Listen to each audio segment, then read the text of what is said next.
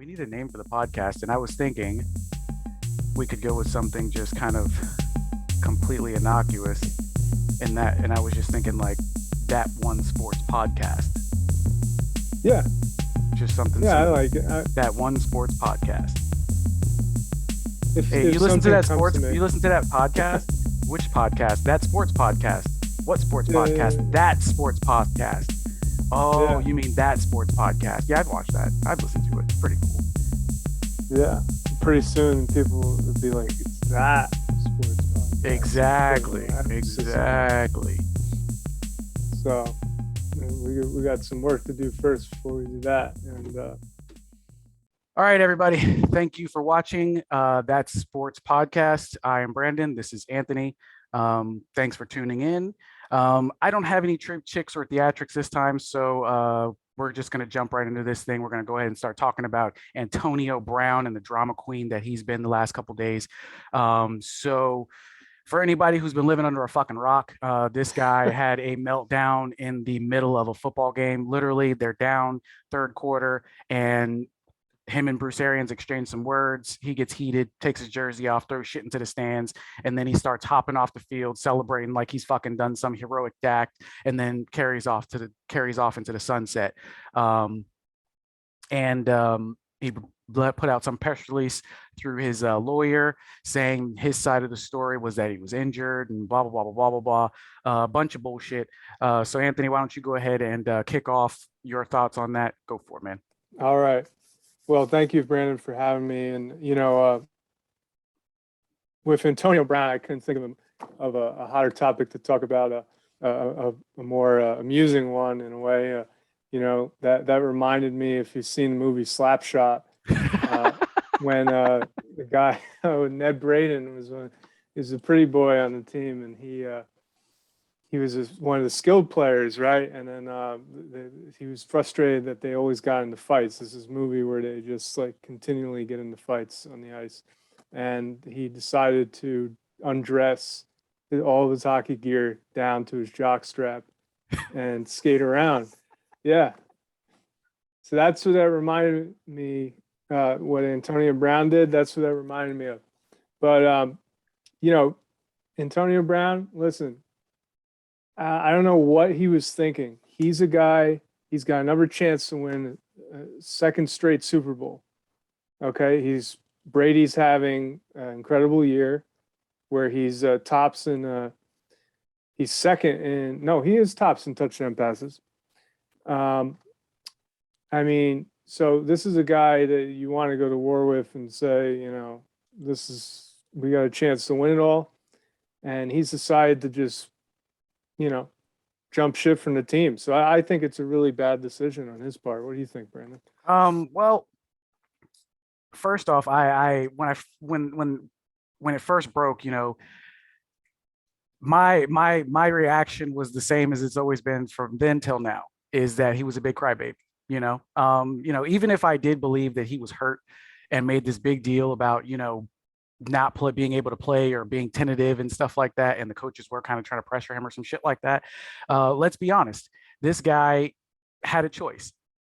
And one of the things that bothers me about his choice to go ahead and play, even if he was injured and hurt and all this, that, and the third is that whenever we hear about them arguing about these big contracts, what's the number one argument? Oh, they have to protect themselves because they only have a limited time to play. They might get hurt or they might get injured and stuff like that. And so when I hear somebody say that they were pressured into making a decision like that when they're injured, to me, it just doesn't make any sense when they say, well, I was pressured and I was forced into it. No one forced you to do it. It reminds me of what my mom used to tell me. Whenever I used to say, oh, well, my friends were doing it, or peer pressure and all of that dumb stuff, she would look at me and be like, did somebody put a gun to your head? Did somebody threaten your family? Was somebody over here? Was somebody sitting out front of the house saying they're going to run up in the house and kill everybody, if you didn't do it? So then nobody forced you. You made a choice. And then in his letter, his press release letter, he addresses the fact that before the game, they shot him up with some liquid that he didn't even know, some mystery injection that in the letter, he says, what I now know. So let's take this back a step. This dude was just suspended for providing a fake vaccination card and stuff like that, because he doesn't want to, he's against the vaccine. So then he's going to let team doctors inject him with some mystery stuff before a game so he can get out there and play. Mm. Yeah, you just brought up like all the main points of why we understand Antonio Brown to be a very flawed person, and you know, he's not the only one who's misled people about his vaccination status. Aaron Rodgers' situation with him earlier in the year, where he said he was immunized to the public, and clearly it turns out that he's been unvaccinated the whole year. And that was very misleading and has been to all the reporters covering him throughout the year who had to be in the same room as him. But, I don't think many people, if I'll just say this, knew that Antonio Brown. I didn't know that. That had kind of maybe it was big news when it happened. The fact that he I'm sorry, he got a fake vaccination card, so that would allow him to play. I would say that is a big offense that the league probably should have suspended him for a little bit more. But listen, he's a guy that throughout the years has been a flawed person, has been somebody who's not been a team player, going back to his time with the Steelers, and they were a great team there. And so I don't see, why. I mean, he's a great receiver and everything, but I don't see why he thinks he has the right to continually do this. And there's not that many players in today's game, that are this polarizing. I mean, you go back 15 years, 20 years to Terrell Owens. Obviously, Ocho I think, Cinco. yeah, Ocho Cinco.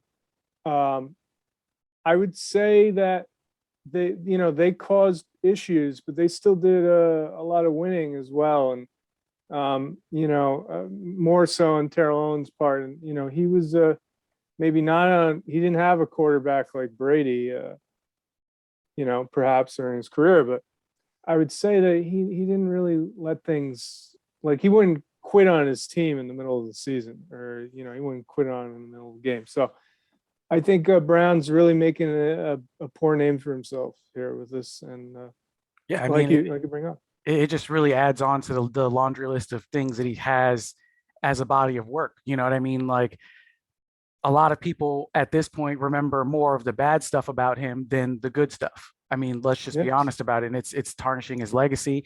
And a lot of people want to chalk it up to him might being having some mental disorder or something like that. And let's I wish people would shy away from that. Not because mental health it's an important thing. It really is. But sitting there always throwing it into the equation before anybody has any facts or before anybody has any sort of background, because none of us know Antonio Brown personally.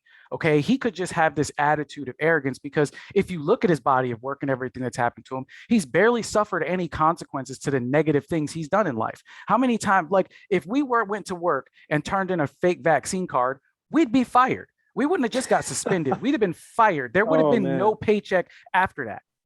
Right. And there are absolutely. people out there right now who've been arrested and are serving jail sentences for having fake vaccine cards and stuff like that and providing those. So at the end of the day, this is what happens when you treat people like that because they feel like they're at some untouchable status.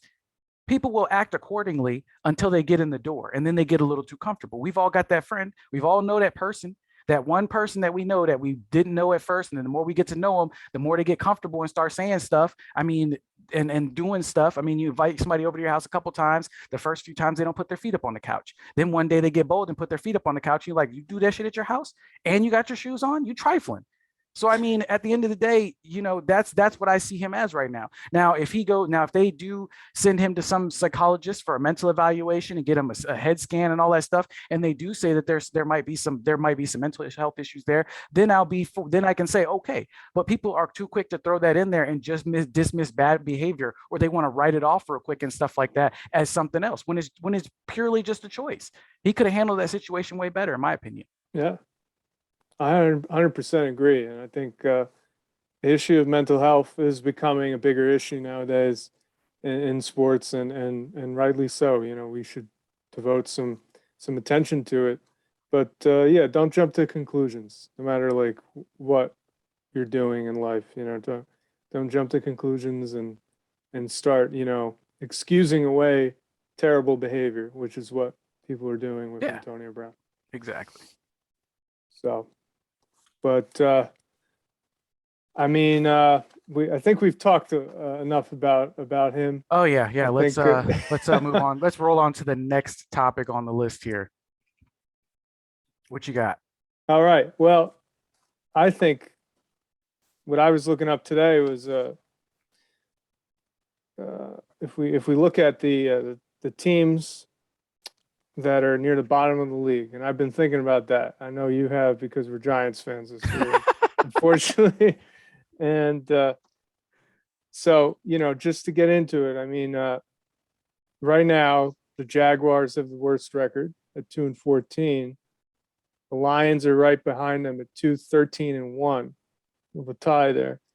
Then you've got you got three teams that are 4-12. The Jets, the Texans, and the Giants. And I'm not quite sure if they're going to fall in that order, 3, 4, 5. I was a little iffy. I was trying to figure out what the tiebreaker was. I saw an article today that said it's strength of schedule.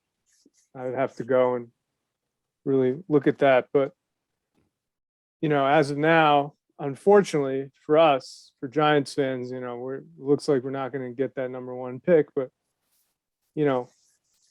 I think if we keep it on the Giants for now, what I want to ask you is, what type of player are you looking for in the draft, given that it looks like right now we might have the number 5 pick? So right there. Well, I think if we're being honest, the Giants need to figure out their quarterback plans first and foremost. Daniel Jones is not the lightning rod for offense that they hoped he would be. Let's just be honest about that. He's a backup quarterback at best. He's not somebody that she's going to lead your franchise to championships. He's had 2 or 3 years now to prove it, and the Giants have performed miserably. Whenever I make the argument of Daniel Jones sucking, a lot of people want to say, well, he doesn't have any receivers, the offensive line, Saquon Barkley's been hurt, yada, yada, yada, this, that, and the third.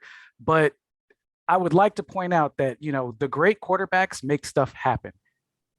If Patrick Mahomes was a pedestrian quarterback, the Kansas City Chiefs would not be the talent that they are today. Half of the reason they are so successful is because on offense, he generates offense.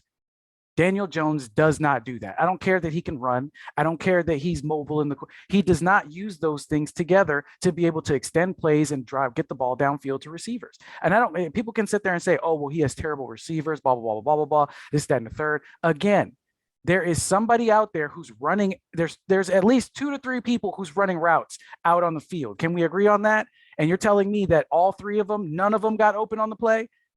No, but there's no play. Like as much as Daniel Jones can extend a play one way or the other, either nobody's getting open, nobody's doing, everybody's dropping balls. I get it. Sometimes people drop a ball, but how much can we attribute him those drops to him not throwing accurate passes? You know what I mean? Waiting too long to get rid of the ball. Yeah, I think basically it's gone on too long with him, and I think that the team around him, I mean, they've had capable receivers. They've had, maybe the offensive line hasn't been that great, but it's not totally an excuse. I mean, it's just he's got to. You're right. He's got to show more creativity. He's got to stick to his guns. This is working for me. I got to stay in the pocket here and throw short passes, or I'm going to scramble a bit and we're going to, but if you're scrambling, right, and you're throwing on the run, you got to be accurate. Exactly. Still, which is even tougher. And I think that's, not wise for a rookie quarterback or a young quarterback. Well, I mean, at the end of the day, he's got to figure out a way to make plays. It's on the quarterback to make plays. He can put the balls in his hands. Sometimes a running back gets handed the ball and it's a busted play. And sometimes it gets the negative yardage, but then sometimes they break them. You know what I mean? So Yeah. we've got to see more from Daniel Jones. The games that the Giants have lost in convincing fashion were partly because the turnovers on his part, his inconsistency. And then, we can place some of the blame on Jason Garrett. I've never been impressed with Jason Garrett's offense. You know what I And mean? Like his offensive style of play, I've just never been impressed with. So at the end of the day, we can hang some of that on him, but Daniel Jones is the one that out there on the field. And like I said, the great athletes find a way to get things done. That's it. That's just how it shakes out. to segue, with basketball, I mean, I just thought immediately, somebody who gets things done no matter what situation it is LeBron James. These guys. I mean, did they make excuses? I mean, this is a big, obviously a bad comparison, but listen. I mean, Brady, he's 43, 44. I mean, he's 20 years older exactly than Daniel Jones, and he's still playing as good as he's ever been in his career. So, you know, it's not an excuse to blame it on your teammates or the coaches, and that's basically that. I think we covered that. I think that for the Giants, though, you know, let's get David Gettleman out of there, Oh yeah, please. definitely, for sure, for sure. Gettleman has got to go. He has got to Start go. over. I get why they brought him in because he seemingly did a good job in Carolina, down in Carolina when he was there. They had Cam Newton and that defense and everything like that. Like the team was really good. But I mean, lightning can't strike twice. You know what I Mm, mean? Like it very rarely strikes yeah. twice. Mhm. So they do need to move on from him. Speaking of the Giants and the Jets, I like that you brought them up. You hear about that fan that's suing them because they play football in New Jersey. They're playing. Yes. The fan wants to sue them because they're playing in New Jersey. I get the sentiment behind it, but why? Why is this a big deal? There's New York is a big state, but it's also crowded. There's not a whole lot of places and locations for them to just plop down a brand new fucking stadium. You know what I mean? Unless Yeah. they're planning on relocating a bunch of folks. So I really don't. I think it's just a ridiculous case. I mean, maybe he's that. Maybe he's just heartbroken that no team of his is in New Jersey, or nobody plays in New Jersey, or he doesn't want to have to drive across the river. I don't know. I don't know what his problem is, man. That's wild to me. Oh, maybe he's trying to pressure the organization to fold and move all that money. I think I heard a $6 billion lawsuit. Yeah, I don't know. That's incredible. How does this one guy? This guy must be a very wealthy guy. Well, I To mean, a lot of in America, suing people to get money is a thing to do. I mean, there was the lady who tried to fake suing Wendy's because the finger was in it. Then there was the lady who spilled hot coffee on herself and sued McDonald's or Starbucks or whoever the fuck it was, and they had to go Mhm. through and pay her a settlement and stuff like that. I mean, it's the thing to do. It Yeah, really is. You do something you don't like, you go and you sue. Something, it's not necessarily a phenomenon because I get it. Somebody wants somebody to be held responsible for this, but this is one of those just ridiculous things that I can't believe anybody's even taken seriously. If I was the judge, I'd laugh it out of court. Just get out of here, dude. yeah. I think it makes it's great news in a way.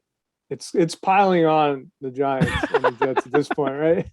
I mean, for the seasons that they've had at this point, and then to have Maybe this, that's it's a why. major Maybe embarrassment. that's Yeah, why he wants them out of New Jersey. He's like, take your yeah, filth elsewhere. yes, yeah. The very frustrated fan. I understand what he's Uh, thinking.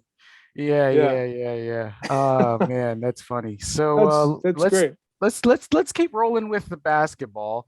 Let's see. The Lakers and the Nets, the super teams. Let's break that down for a little bit here. Mhm. What do you think about the Lakers? How do you think they're going to do going later in the later half of the season?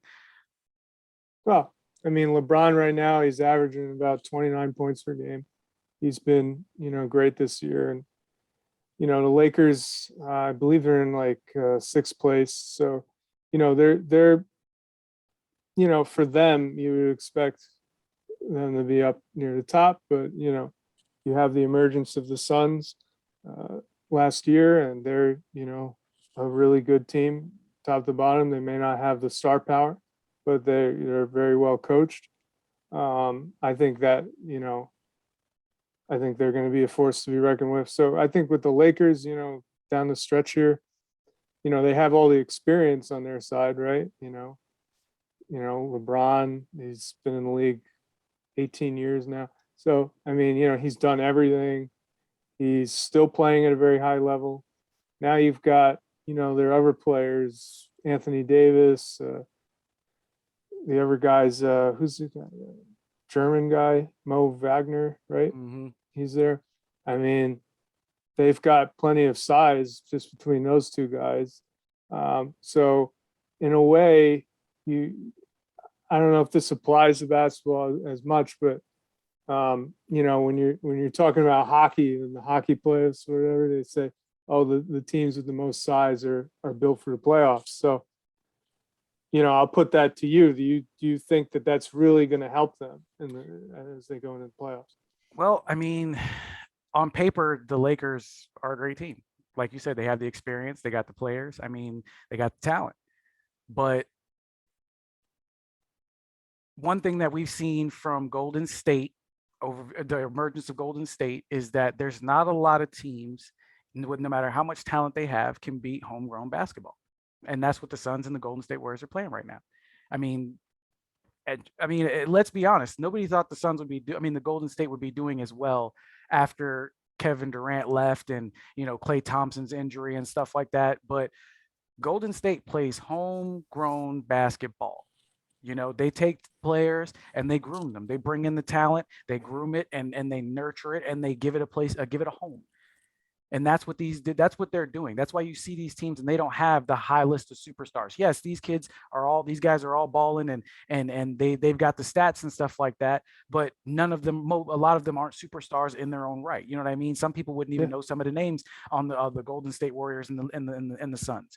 So it's like they're playing basketball that, it makes LeBron and those guys, it makes them sweat. It gives them fits. So deep into the playoffs, we consider injuries. So do I see the Lakers necessarily, winning a championship this year? No, I do not. I can't say that I do. I don't necessarily see the Suns going for a repeat or, going back to the finals, but they are definitely a team to contend with. And if the Lakers run into them or Golden State, I don't think that they're going to beat them in a 7-game series and go to the finals again. I just don't see it happening.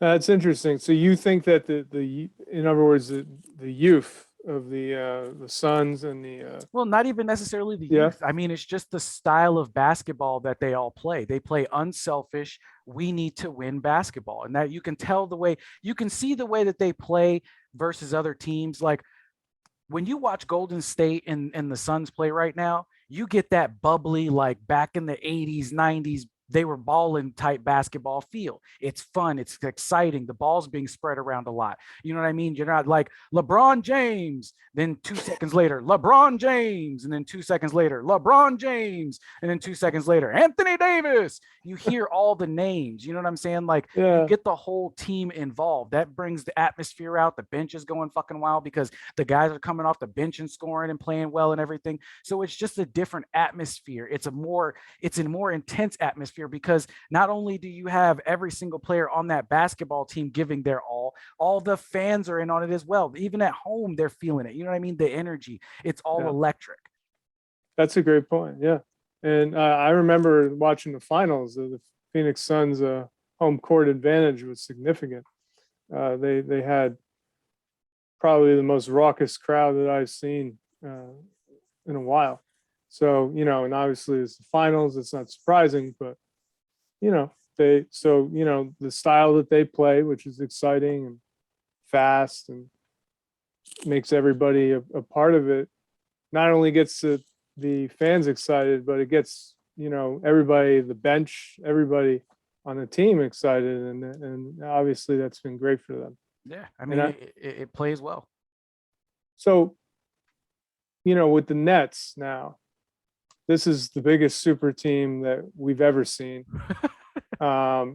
Period, right? I mean, Durant, Harden, and Irving, who just played his first game of the season a couple nights ago. So, just like, there's so much pressure on the Nets to win it all this year, even though it is just the second year that they've had Irving, Durant, and Harden on the same team. What do you think are the challenges to them, winning it all this year? Well, number one, the disruption of chemistry. Kyrie Irving being back on the court disrupts the chemistry that the team has already built thus far, right? So if you're a guy who's been filling in for him on the regular, now you have to take a step back every other game, or every other 2 games or something like that. So yeah, you were a rotational player, but you were also with the starters, so the chemistry is going to be off. Kyrie Irving is a great basketball player, but let's be honest, there still has to be that chemistry on the court. Even when things are going good, yeah, it might look effortless, but when things are going bad, that's when that chemistry really needs to kick in, because teams have to work together to get back into the game, to fight those nail biters to the end. So Kyrie Irving is coming in and out, and not being available. That's going to be something that they have to manage, working out those hard feelings in and stuff like that, and really getting over it. I'm sure there are some guys who are getting some time, getting some points and stuff like that, padding the stats a little bit while Kyrie Irving was out, that are a little bit salty. Everybody's not happy about it. You know what I mean? This guy hasn't played a single game up to this point so far, and now all of a sudden he gets to shine. Now all of a sudden he gets to come in. So now they got to check their egos and stuff. The next thing is those games down the stretch, the bigger games. I mean, what happens if it comes down to the wire, what position they come in, as far as getting the home court advantage, not getting the home court advantage, not maybe down the stretch, somebody gets injured and Kyrie Irving and Harden are the only ones left, or KD and Irving are the only ones left, and the team starts to struggle because some point it's only KD, because Kyrie can only play half the games. He can't play out in California and he can't play in New York. Mm-hmm. So how many games is he going to miss because he can't be out on the floor? And if those injuries pile up, the team just might be SOL because Kyrie can't be out on the court. Now, let's say that you do have a finals where it's LA versus the Nets. He can't play in California. He can't play in New York. So where's he going to do? What's he going to do? He's out. Yeah. If it's Golden State versus the Nets, he's out. He's made that decision, unfortunately, for himself and his team, and it could come back to really bite them in the playoffs. And I just wonder, because he's already won the championship, does he if he was a guy who was 10 years into his career and was desperately searching for that first championship, would he have decided to put his beliefs about the vaccine above, right? Nope, I don't believe it. Kyrie Irving to me is, and here's why I say this. So here's why I'm gonna say this, because back in a couple years ago, or maybe it was last year or the year before, Kyrie actually was talking about how players should be able to go wherever they want and leave whenever they want, leave a team whenever they want and stuff like that. And to me, he just sounds like somebody who doesn't like being an adult. He can't just suck up the decisions he's made. He can't just live up to the obligation. Like, sometimes the pressure might really do get to him and he needs to take some time off. But at the end of the day, these are obligations that he undertook. He signed on the dotted line, and this is the lifestyle he needed to choose. In this situation, not getting vaxxed versus getting vaxxed, okay, I understand that it's a personal choice, right? But for every person that had the freedom to choose not to get vaccinated and lose their job, there was another person who didn't have that luxury because they got mouths to feed. So they had to go out and get vaccinated to make sure that they could keep food on the table and a roof over somebody's head. So at the end of the day, he wasn't thinking about that at all. Because I can guarantee you there are far more people who stayed and got the jab and everything like that, despite their their whatever was going on, and they're not even playing for a team. They're trying to take care of a family. Kyrie Irving is getting paid millions of dollars to go out here and play basketball. His choice should have been easy. Either sacrifice for the team or give up basketball. Because if he can't sacrifice this for the team, what's next?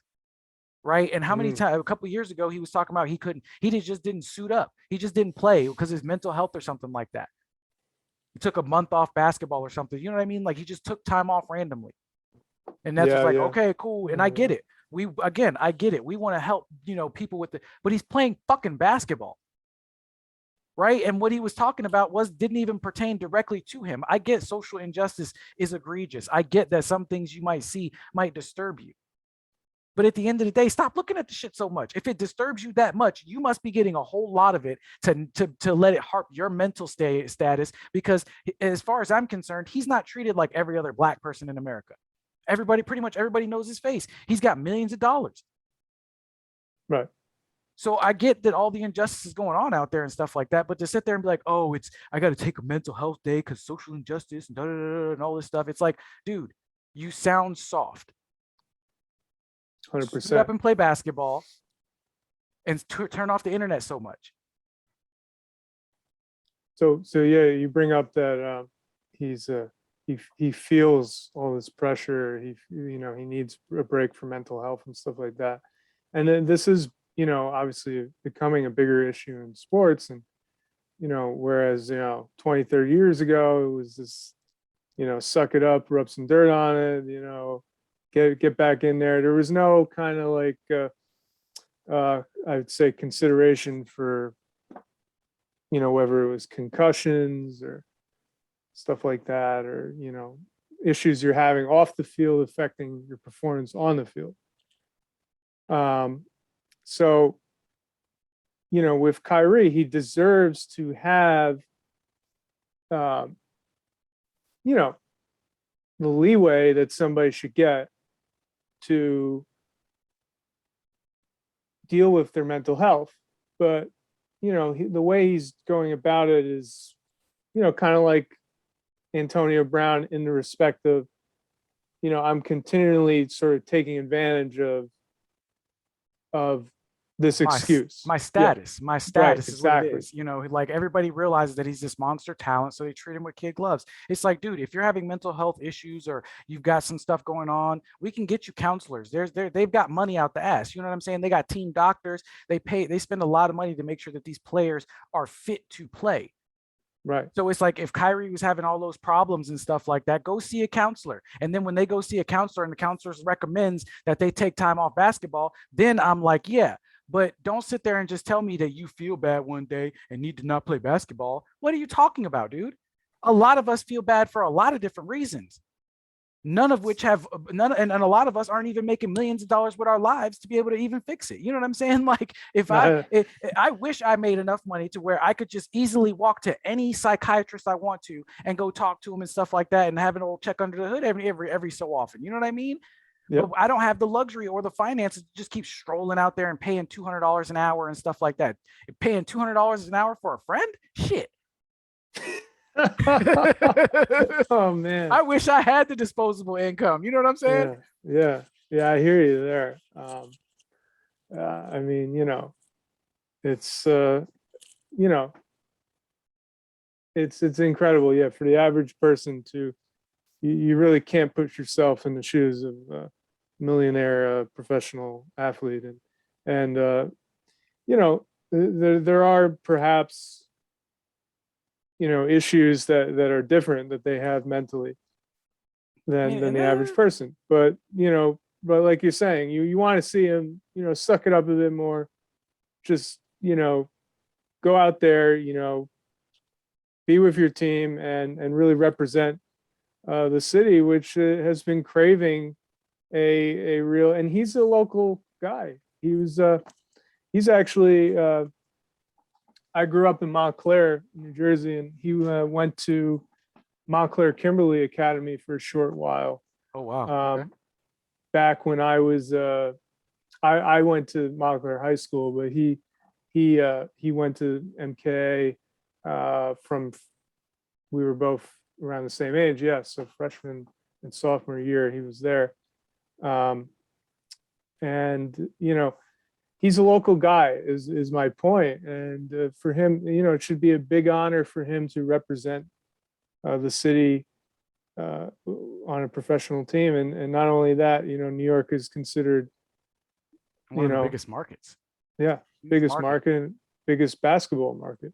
So, and it's been, what has it been? 50 years since the Knicks won a championship. So something like that. Yeah. Something like that. And so, I don't know, my Knicks can't seem to win. A great star, right? No matter what. So you kind of like we feel like the Nets fans haven't really made this year, and they do, but they're encountering a big issue here with Kyrie and his status and whether he decides to be out there when it counts this during the postseason. So we'll see how that plays out. Yep, yep. So, all right. So, what do you think about Zion Williams' situation? What do you think is going on Yeah. there? He's been hurt. He's not been able to rehab and come back. The photographs, the man is noticeably larger than his rookie season. I mean, it just looks like he's gaining weight, eating a lot of food and stuff like that. He's not staying in basketball shape. So, what do you think the Pelicans should do about that situation? Yeah, that's a tough one in a way because you're still holding on to the hope if you're the Pelicans that he's going to be a great star and the cornerstone of your franchise. So it's difficult, with him coming up on at the end of his rookie contract, whether they pick that up or not.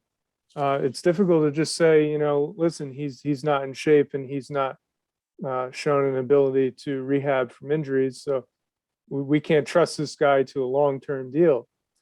I think, where they're at, where, they've been struggling for a while.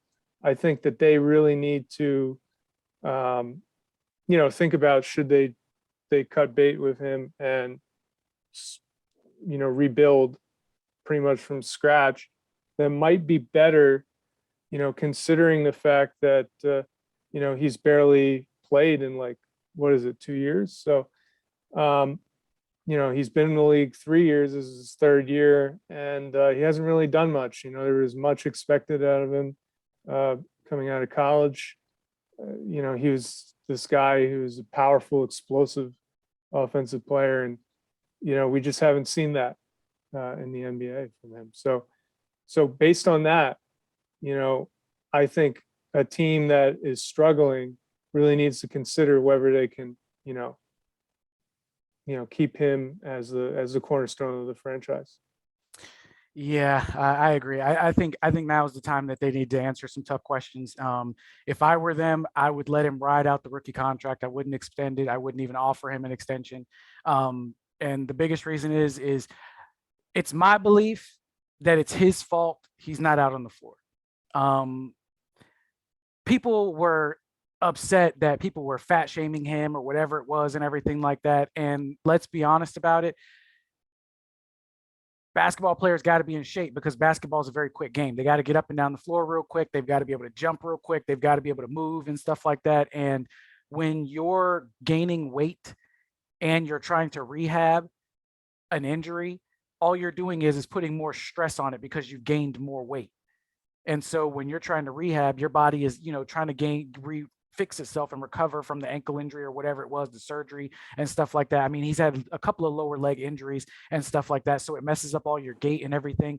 And, there's a lot in there. And it's, when it comes to health as well, putting in what you put in your body can help or hinder your recovery as well. If you eat too much meat and you don't eat enough vegetables and stuff like that, from as I understand it, animal protein, it keeps that inflammation there. It slows the swelling from going down, right? So versus greens and all those the vegetables and stuff like that, like more plant-based diet, you're able to recover better because your body, the joints and stuff like that, they're getting all the nutrients and vitamins and all of that stuff that they need from vegetables and stuff, right? So there's a lot that goes into that. And Zion Williams just seems like another Jamarcus Russell to me, somebody who is expecting their talent to carry them through, but they're not going to have to do the work. They can just still live the way that they were living when they were in college and just eat whatever they want and not really have to worry about making weight and stuff like that. Like there have been other pro athletes who have not been able to make it in pro fighting because they just couldn't get their weight under control. You know what I mean? Their dietary habits, whatever it was. For some people, it's alcohol. For some people, it is alcohol. Those empty ass calories and beer and those mixed drinks and stuff like that, they add calories, they add weight. You know what I'm saying? Then you get hungry, the munchies and stuff like that. So, I mean, it seems to me that he's not doing enough to stay in shape, to stay healthy, and he's becoming a detriment to his own recovery. That's a great point. And yeah, I mean, if you're gaining weight, odds are you're not eating the right things. If you're a professional athlete, even if you're not on the court playing every day, uh, you should be able to stay in shape, whether it's getting in the gym, Yeah, I working mean, out with the team. there's things that he could be doing, outside of putting stress on his foot or his ankle or his leg that can, keep his cardio up and everything like that. Getting on the bike, that's less, that's low impact. All you're doing is spinning those wheels with a boot on your foot. You know what I mean? Or, you're not really having to work those ankles Yeah, too much. There's not a whole lot yeah, going on down there to cause a whole lot of stress on that body. So you can get on the bike, shed some weight. You know what I mean? If you can walk on it, walk a little way, walk a little bit every so often. You know what I mean? Like take a couple laps around and stuff.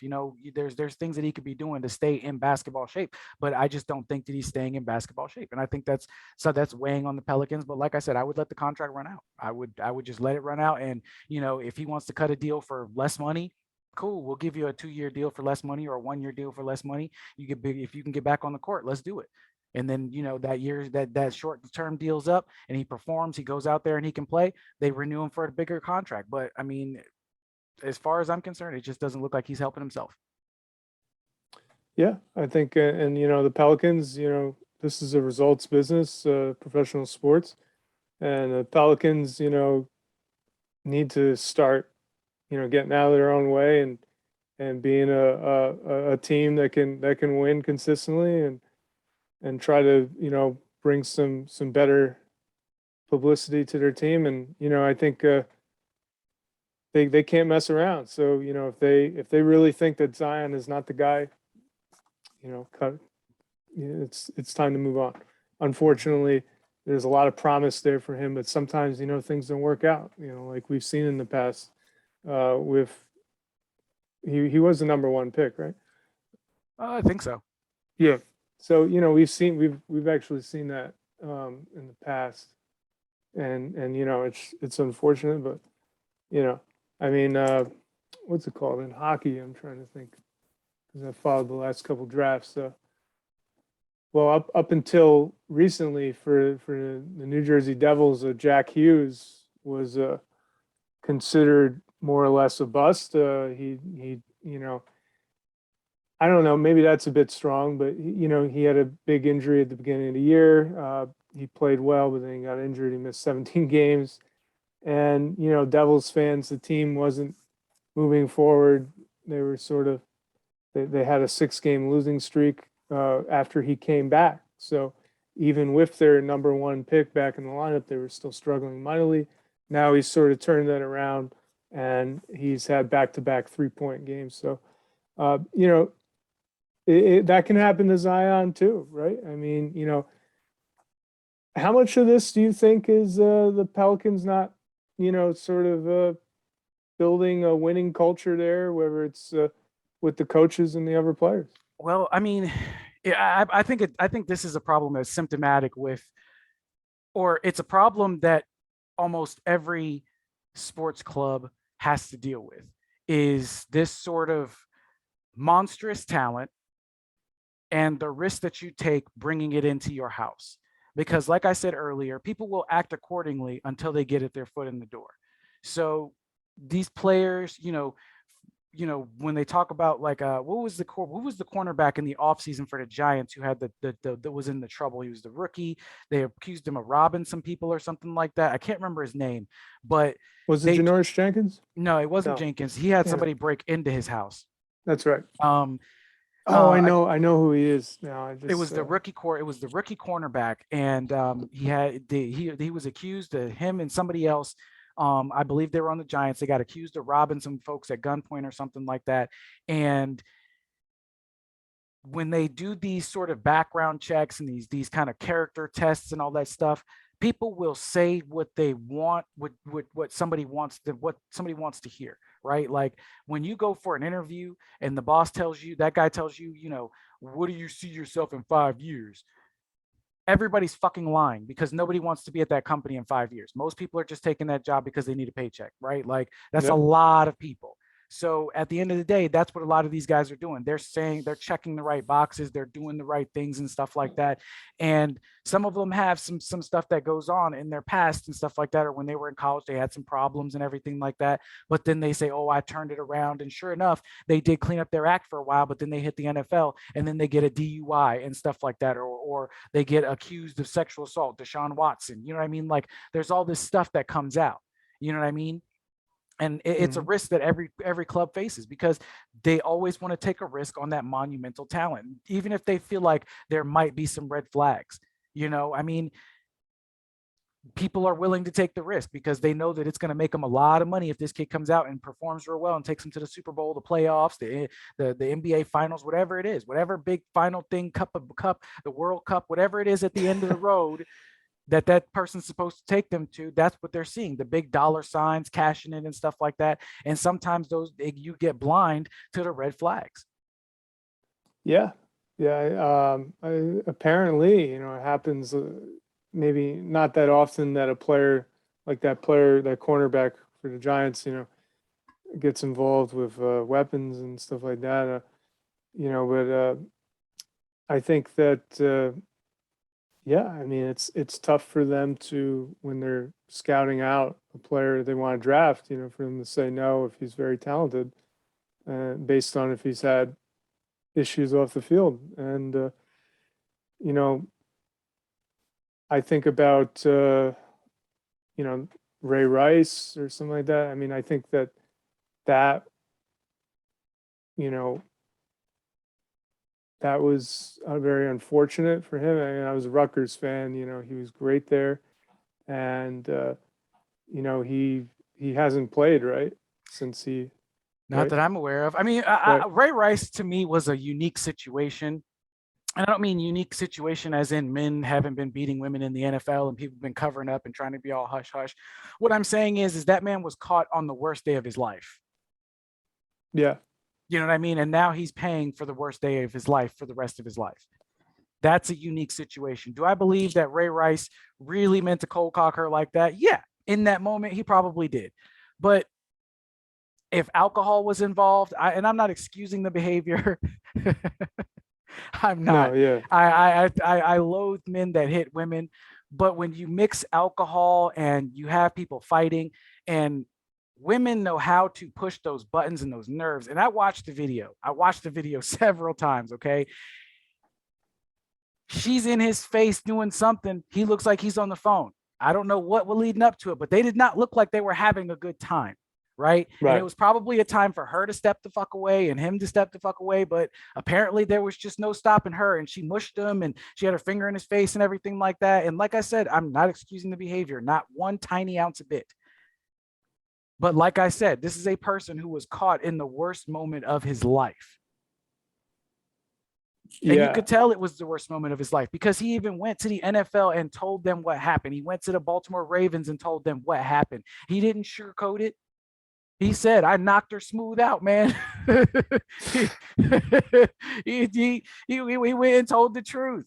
And that's somebody who shows remorse. If anybody deserved a second chance, it's him. You know what I mean? Because he was a guy that was caught on the worst day of his life. But when you look at these situations, like I said, like they're all unique, and they're all, everybody wants to say that, the talent is there and all this, that, and the third. But, Greg Hardy, for instance, that was another one. He's not playing football anymore after the shit he did. We saw the pictures of that girl. He beat the shit out of her and then paid her to shut up.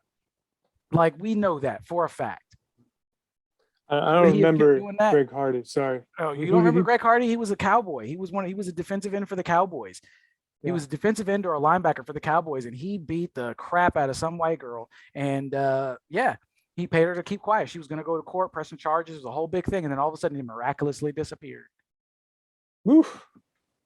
So, I mean, people are the behavior is terrible. Yeah. It's always there. And like I said, these guys, they take a chance on them and stuff like that. The NFL has been around. Sports teams have been around long enough to know that they need to check up under the hood and kick the tires a little bit before they bring somebody into their organization. But like I said, when the talent is there, people are willing to overlook some of those red flags and bring those guys in, because I can't imagine that they don't have some sort of evaluation, some sort of mental health checkup. There's something that they're doing to get some of these problem children exposed and everything. And that's why some of these guys pass. So but people are still susceptible to it because, people can put on a good face. Sociopaths don't get into people's houses and murder them because they're mean. 100%. Yeah. I mean, it's a big detail there, is that, a lot of bad people sometimes, Yeah. don't Yeah. show you what they're up to until they do it. So, I think, uh, we kind of take that for granted, that maybe that professional athletes are above that kind of behavior. Um, it's not always the case, just like, it isn't in life. So, um, that's very interesting there. I want to look up who that Giants cornerback Go was. ahead. Go ahead. Go Let me ahead. see. Who was that tennis player you I were telling me remember. about that can't go play in the Australian Open? How do you say that guy's name? Oh, Novak Djokovic. All right, yeah, that guy. That Yes. guy. We should, since we talk, so while you're looking that up, we'll go on ahead and jump into that guy and why he can't go play tennis over in Australia. Since we talked about Kyrie Irving and not being vaccinated, Antonio Brown and Aaron Rodgers, we'll throw the tennis player in there, just to add some little, add to bring some tennis fans in, make Oh, them yes. welcome on the The show. Australian Open is, right around the corner. Down under, it's coming up, and this is the first major of the tennis season. Where you're going to have the French Open in May or June, and then Wimbledon in July, and the U.S. Open finishes up in beginning of September. But this is the first one on the docket, and big one for Novak and all tennis fans, because he's tied for the most majors with 20, with two other all-time greats, Rafael Nadal and Roger Federer. And we're going into this Australian Open, somebody's got to win it. Djokovic has won the last, I think, at least two majors, and he's on fire. I mean, he's been I'm sorry, he lost the U.S. Open actually to Daniil Medvedev, who's an emerging player, who's really stepped onto into the spotlight of tennis recently. But Djokovic, this is his chance after he was denied at the U.S. Open, 4 months ago, from taking the lead, to take the lead and say, I have the most majors out of anybody in the game. So this was his chance, but it seems like, as of now, that he's been denied entry. First of all, he's in Australia. He's staying in a hotel, and they are keeping him from mixing with the public and preparing for the Australian Open. So there's a strong chance that he will not be allowed to play, but that's still up in the air. And his lawyers are looking into it, and apparently going to appeal this decision, which was for him to not be allowed in, to have his visa revoked or whatever, to come over to Australia, and for him not to play in the tournament, which is huge news. I want to know, Brandon, how would you feel? Okay, if you were going to a foreign country to compete in some athletic tournament, and you were near maybe the end of your career, and this was like a chance for you to say, "Hey, I've won more championships than anybody else," but it's COVID, it's a pandemic, and because of those circumstances, because you maybe didn't decide to get vaccinated, hypothetically, how would you feel if you got denied that chance? I mean, I I'm the type of person that's come to terms with the fact that you have to eat your shit sandwich when you make it. It's that simple. I mean, when you make a personal choice, there come consequences, whether seen or unseen. It does not matter. They have a ripple effect. You can't have it both ways. I mean, we are in a world right now where people are dying from a disease that a lot of people can survive from, but the reason a lot of people are dying from it is because people keep spreading it. There was a tweet that I saw earlier that said that the vaccine worked early on, but because not enough people got vaccinated, the virus mutated, and now the vaccine is less effective. But that's the reason it's less effective, is because not enough people got vaccinated, right? So it doesn't matter how healthy he is, or what his immune system says it can do and stuff like that. If he doesn't have, even if he has a medical exemption, right, like, oh, he can't take it because he's allergic to something that's in it or it could kill him and stuff like that, it's still a choice that he made, and now he has to live with it. You know what I mean? Like, he can't come there and play. That's just it. That's the end of the story. And he can appeal it and be like, oh, they're infringing upon my rights and this, that, and the third. And he can fight it as much as he wants. But at the end of the day, public health will always trump the needs of one individual. You are talking about the health and safety of dozens of people, not just, a few people. It doesn't matter. He walks through a lobby and stuff like that. He could cough and then get something on somebody, and then somebody walks somebody else and then cough, and then that's three other people that's got it now. You know what I mean? Like, 1 in 4 men wash their hands when they come out of the bathroom. So you see 3 guys leave, the fourth guy just might wash his hands. It's likely that he won't, but he might, because 1 in 4 guys washes their hands when they leave the bathroom. That's how quickly, that's why germs spread so quickly. That's why this stuff spreads. And, like I said, it's a personal choice whether you want to get vaccinated or not, whatever. You want to cry because it's you don't know what's in it or whatever, that's fine. But how much other stuff are people putting in their bodies and stuff like that? Don't know what it is, and going to the doctor and letting them stick them whatever and everything like that. But now all of a sudden we have questions and we want to be like, oh, well, oh, let's hold off on this because it's a conspiracy and people are just trying to experiment on us and stuff like that. How do people think medicine gets advanced in the first place? They have to be trials. There has to be people experimented on. Now we're not being experimented on because the first experiment is to see if it's safe for humans, right? Like, that's the first thing they want to do. They want to make sure that this shit isn't going to kill humans in mass. Otherwise, half of us would have dropped dead during the first trial of the COVID vaccine. Seriously, half of us would have probably dropped dead, had some really bad adverse side effects and stuff. But that's what they build it up to, testing on humans. Then they have their clinical trials. Then they give the findings to the FDA. The FDA says, oh, these are valid findings. And then they go and say it's fair to be shared with the public. So at this point, he's made his bed. He has to lie in it. And I get it. He's coming towards the end of the career. It might not seem fair, but he's a man and he can deal with it. Well said. And I think that Djokovic has been, I don't think this, but it's very out there in the open, is that last year when everything was locked down and nobody was playing in any of the majors for tennis, he did decide to hold a tennis tournament in his home country of Serbia. And, he got the virus there, and this was June 2020. And this was just a month before he was supposed to compete in the first major of the year at Wimbledon. So, he's been misbehaving.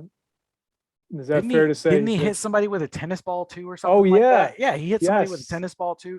So, I mean, this is just another, to me, he's another Antonio Brown, Kyrie Irving, just somebody who throws a fit when they don't get their way. Now, he might not lash out as often as we might think and stuff like that, but I'm sure, there are some people out there who are like, don't piss that guy off because he's a dick.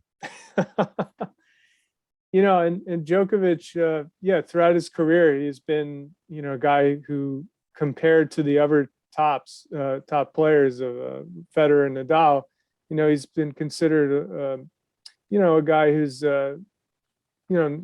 plays more of an edge. He's less popular than those guys. And, I've always looked past sort of throughout his career, any things that have happened that, like his personality, for example. I've judged him based on his on-court performance, and I always thought that he was a very impressive player.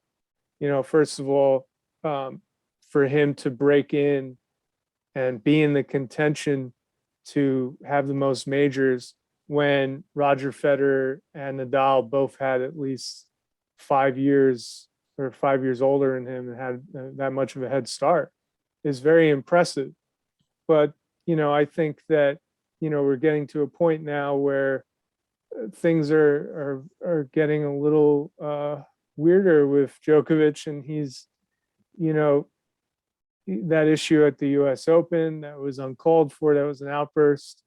Um, that I've never seen that happen, and I just think that the last couple of years have been a bit rough, you know, and he's got to start manning up, and and he's got to consider his behavior a little bit more. Yeah. And he's got to consider, what can I do to be a better member of the sport, not just somebody who considers himself the best and makes decisions based on his own concerns, because he's out there competing. He's going to go to a foreign country where they don't want the virus to spread. He's got to consider that. If he really did feel this strongly about the vaccine and not getting it, perhaps he should have taken himself out of the Australian Open early. And I understand that he wants that major, but what do you think? Do you think professional athlete like that, do you think that he can really, would you, if you were in his shoes, would you maybe decide in the interest of public health to take yourself out of the tournament? I mean, like I said, I would have made a decision. I would have made whatever decision made the most sense at the time. And for me, I get we can't put ourselves in other people's shoes, right? Like we say we don't know what we would do until we're in that situation, right? Like we can all, it's all good. It's all talk until it actually happens. So I will say that with 100% certainty, I would do whatever needs to be done or whatever makes sense to me at that point in time. So it's like, if I would have had the foresight to say, okay, Australia and New Zealand are both locked down. They've got strict protocols on it. Now it's time for me to make a decision on whether I want to get vaccinated or I'm going to pull out of the tournament. Those were the only two options he had leading up to this tournament. There was no ifs, ands, or buts about it. So being a grown man, being an adult human being, he should have made a choice. Instead of trying to be like, oh, well, I'm a famous tennis player, I deserve special treatment. No, you don't. You play fucking tennis. That's all you do. You're not a president. You're not a world leader. You're not, you're not somebody who's contributing to the well-being of humanity, not Mother Teresa, the Pope. You know what I'm saying? You're a tennis player. Act like it. You shouldn't command such special treatment to where you can endanger the lives of other people. So at the end of the day, like I said, like I would feel upset that I had to make that choice. I would feel like it's unfair. Yeah, because it's human nature to feel like things aren't fair or things are against you or are preventing you from doing things.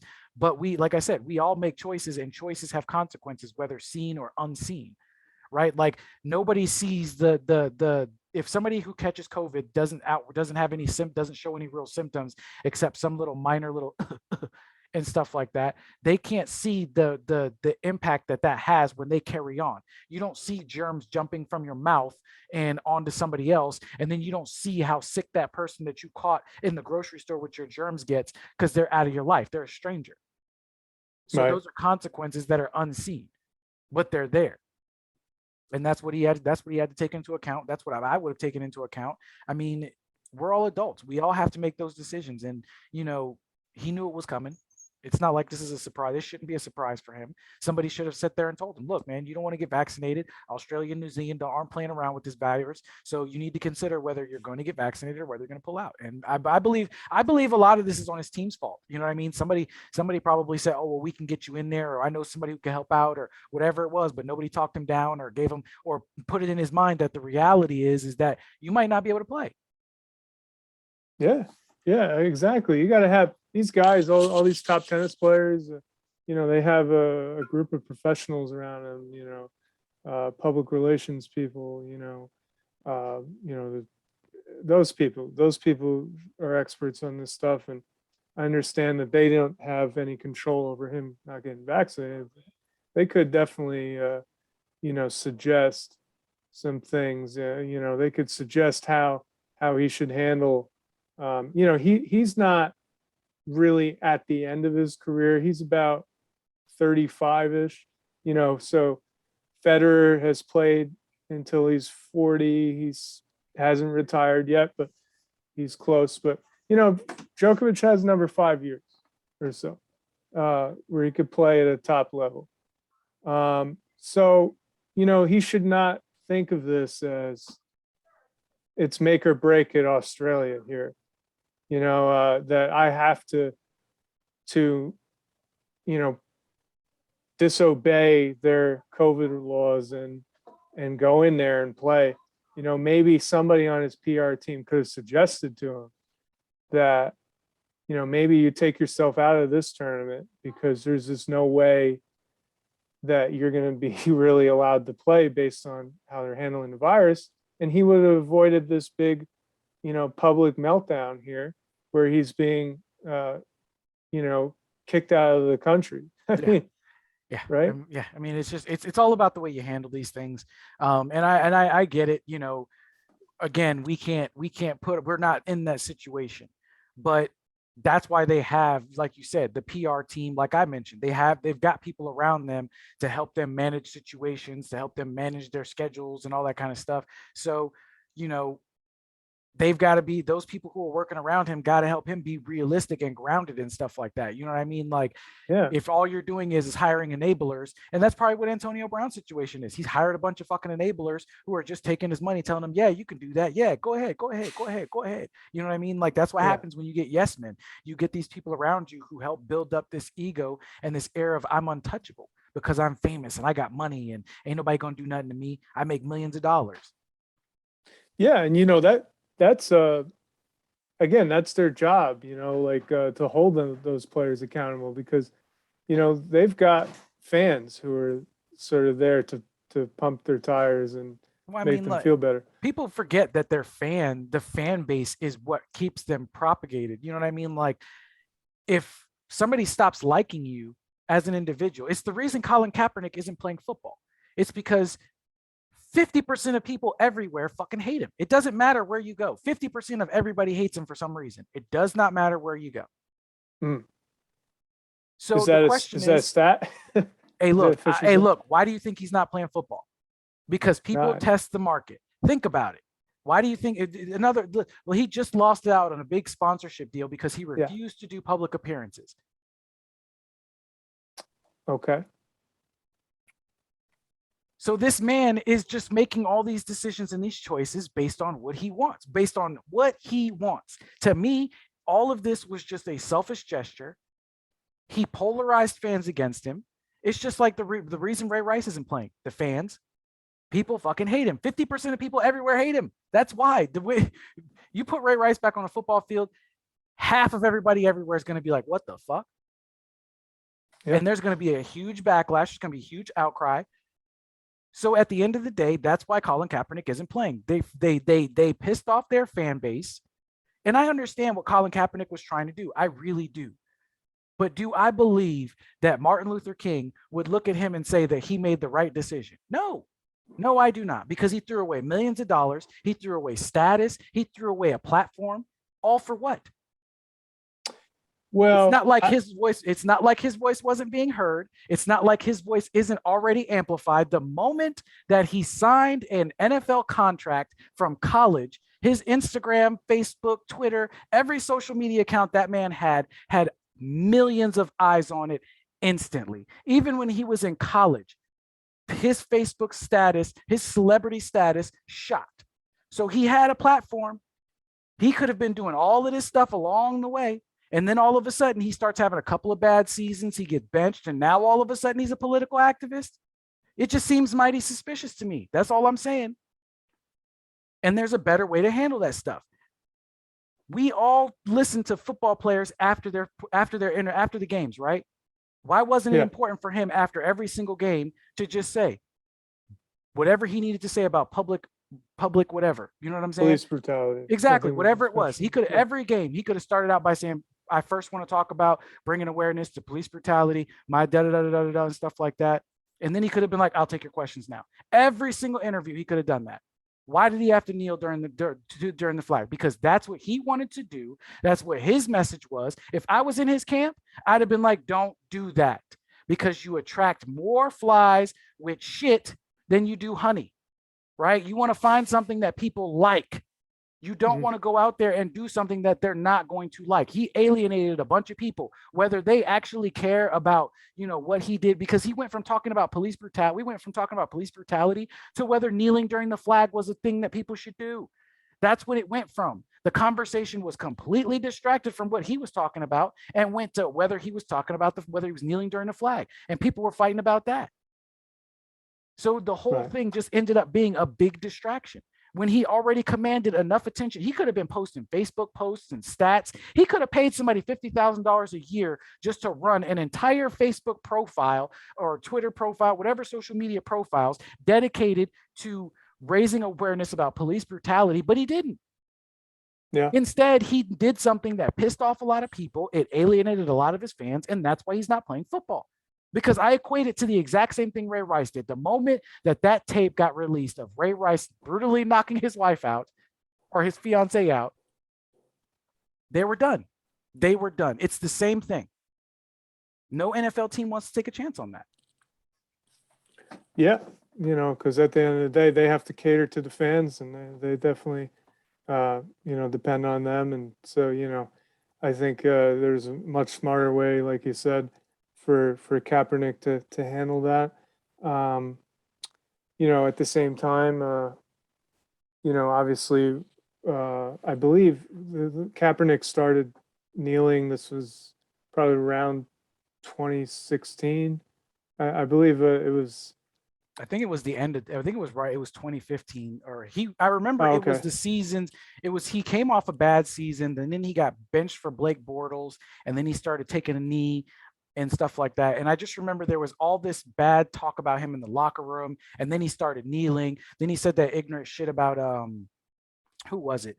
Fidel Castro. He said that ignorant shit about Fidel Castro and Mm. pissed off Kiko Alonso and stuff like that. So I mean, like, he was already a polarizing figure. He had already, started dinging his public image in the first place.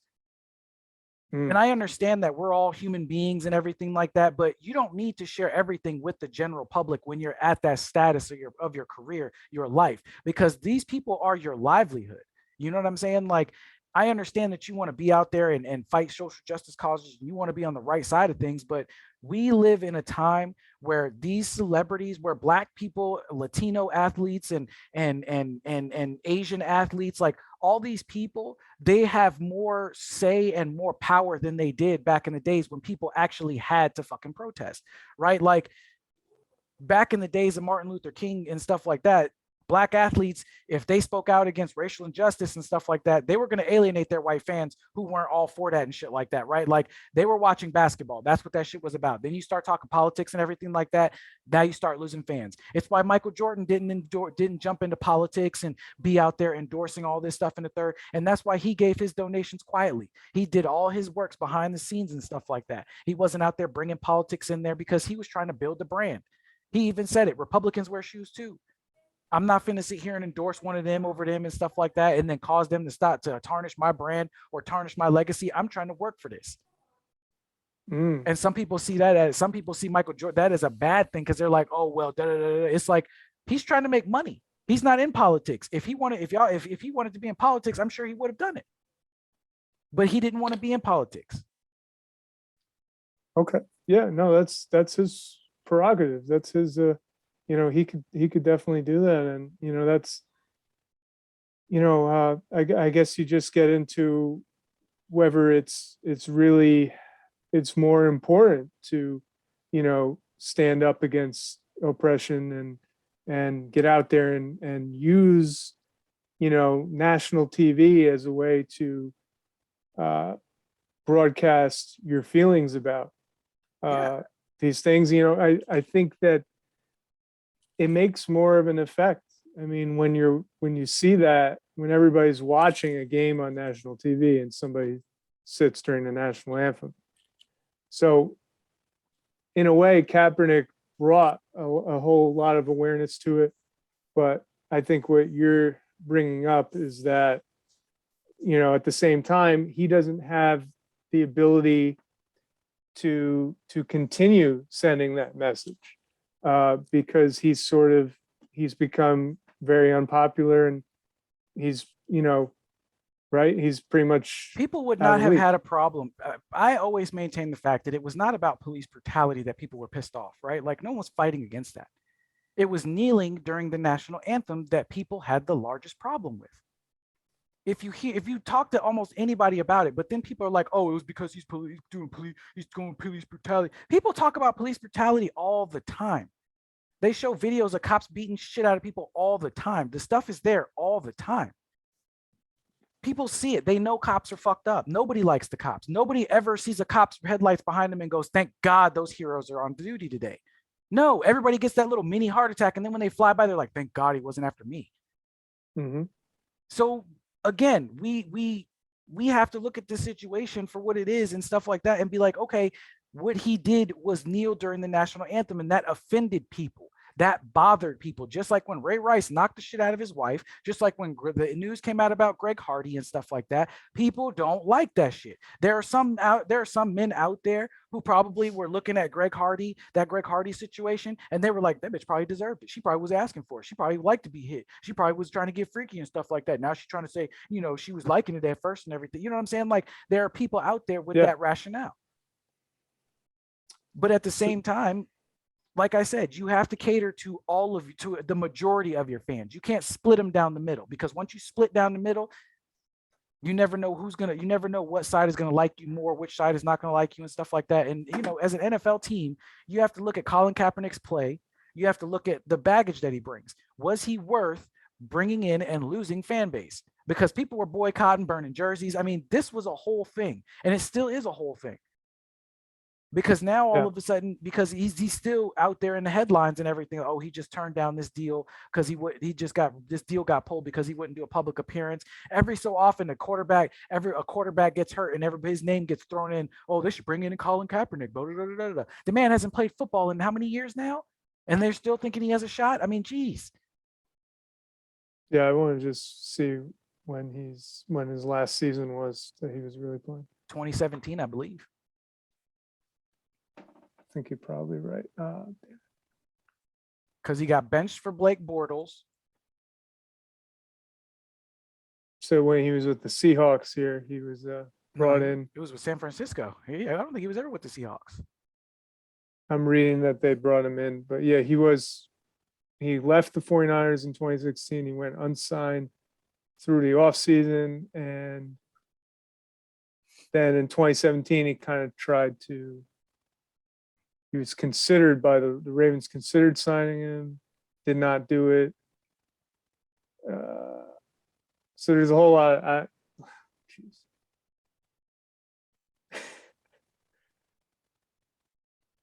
It's just been, I think you'd say based on this, it's 2016 that he was really playing.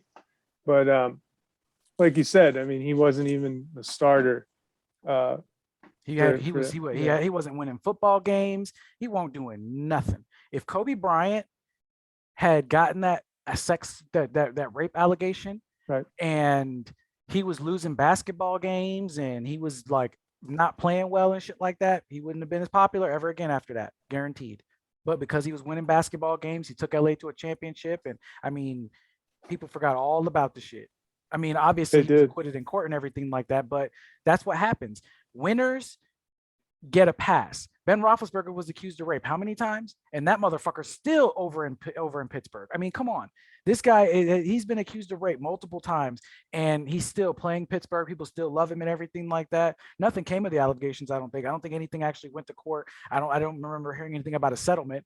But my point is that if Colin Kaepernick was playing good football, maybe was winning Super Bowls and stuff like that, maybe he would still be playing right now. Maybe nobody would have cared about him kneeling during the national anthem. But because he was a terrible player and he wanted to make a big statement and stuff like that, and people didn't like it. I mean, it's all in the reaction from the fans.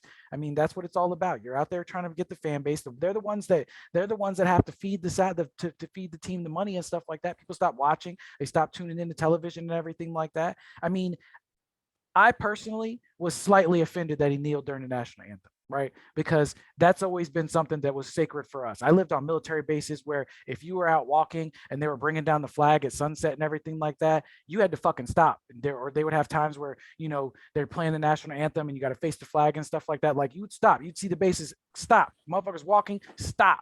When that song plays and they look over at the flag, they face the flag, it's a sacred time. You know what I'm saying? Mm-hmm. And so I was partially offended, but I wasn't so offended where I was like, fuck that guy. My whole thought process was he was throwing a fit.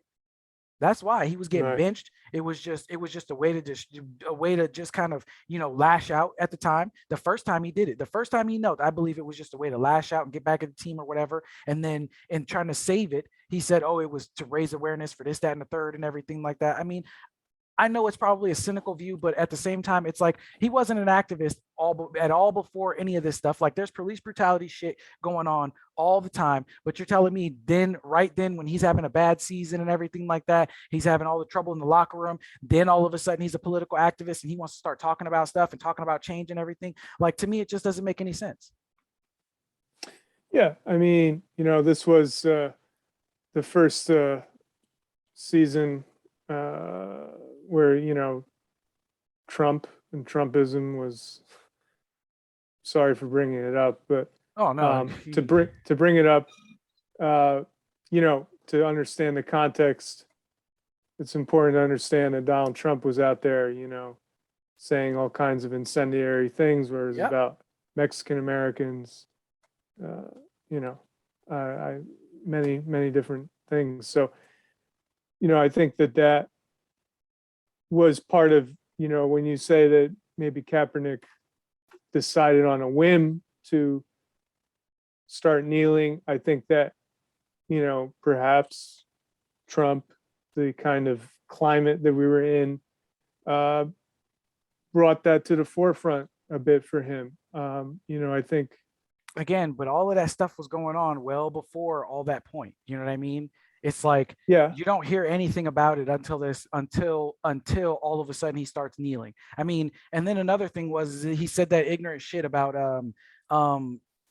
Fidel Castro. Yeah, exactly. He said that stuff about Fidel Castro, giving him props because he was trying to help people get education, blah blah blah, blah or whatever it was he said and stuff like it's just ignorant shit like that. Like, how are you saying that you oppose oppression and want to do the, but you're sitting here saying, well, Fidel Castro had some good ideas. Like that's like saying Hitler had some good ideas. You know what I mean? Like you just don't fucking do that. You don't make those comparisons. You don't sit there and come out of your mouth like that. So it just makes me believe that he's just trying to say something to make himself sound like this, that, and the third. Does that make sense? Like to me, it's a public face or just something that he's saying in the moment because it sounds good or he read some shit somewhere that made him feel like, if you really want to be part of something, then be part of it.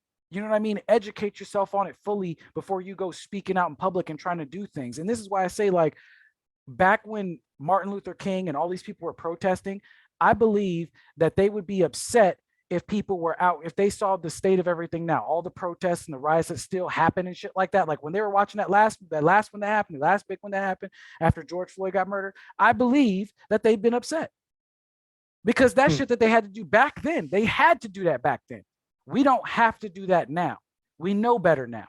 We know more now. We have more of a voice now. We have way more freedom now. The majority, like 50% of it, like, we're not living in places where there's sundown towns. Yeah, I'm sure there's still sundown towns in real rural parts of this country and shit like that. But we're not living in a time where, segregation was still sort of a thing, but not really a thing because they signed that piece of paper and nobody really talks about it, but it's still a thing. You know what I mean? Like we don't live in those times anymore. Now we don't have to go. We can get on our Facebook page and be like, look, this is some fucked up shit. We can document. We have cameras, footage. We can actually tell people what's actually going on. Right. But all that rioting and looting and all that kind of stuff, like that shit happens because everybody's sitting around waiting for somebody else to do something about it. It's because like everybody's fomenting at the mouth because we're waiting for these politicians to do shit and stuff like that. Like, oh, well, I voted Democrat because Democrats are going to do this, that, and the third for minorities and everything. And that's what happens. All of that shit foments. So do I give him a pass for that? Not necessarily. I mean, I understand the climate was the climate, but America has always been America. He's always been a minority in America. And if he wanted to be a political activist and he wanted to actually come out, he should actually come out as somebody who knows what he's talking about instead of just saying ignorant stuff. That's what makes me believe that all of this was just an act, or it's just some sort of like, oh, I'm just trying to keep my name in the headline relevant. Very interesting. And yes, I mean, I think, a lot of people, including myself, agree with sort of pushing back on, our society in terms of the established norms of policing and stuff like that, and things that need to change, and which have been, with the police, there's been many cases, we have the body cameras on now, and we're able to see that these things still happen, and they continually happen against minorities, and it's very unfair, and I think that is something that is worth bringing attention to, but like you said, only when you are fully educated on it. And but I think with when you see something happen that's distinctly wrong, and it's very clear out there, like it's on camera, doesn't that implore you as a public figure to make some kind of stand against Yeah. it? I mean, But right. again, you have to be on the right side of what you're saying. And what I mean by that is like LeBron James could easily be out here sending the message fuck the police all the time, right? He could easily be Yeah. saying that. But he's not. He's finding a more eloquent way to deliver that message. He's finding a better way to deliver that message. And another thing I would like to point out is how come all these other players who kneeled during the national anthem and did shit during the national anthem still have a job, but Colin Kaepernick doesn't? It's because Colin Kaepernick was playing shit football at the time. Just saying. Anyway, Mm, but like I said, like okay. you have to be on the right side of your message. When you say stuff, you can say it in a way that is going to piss off less people. You can do things that are going to piss off less people. You're going to make somebody mad with something you say or do, regardless of how you deliver it, right? Like bad news is still going to be received however the person receives it. You can deliver it however you want. You could be like, oh my goodness, I'm so sorry, but I ran over your cat. It was an accident, I promise.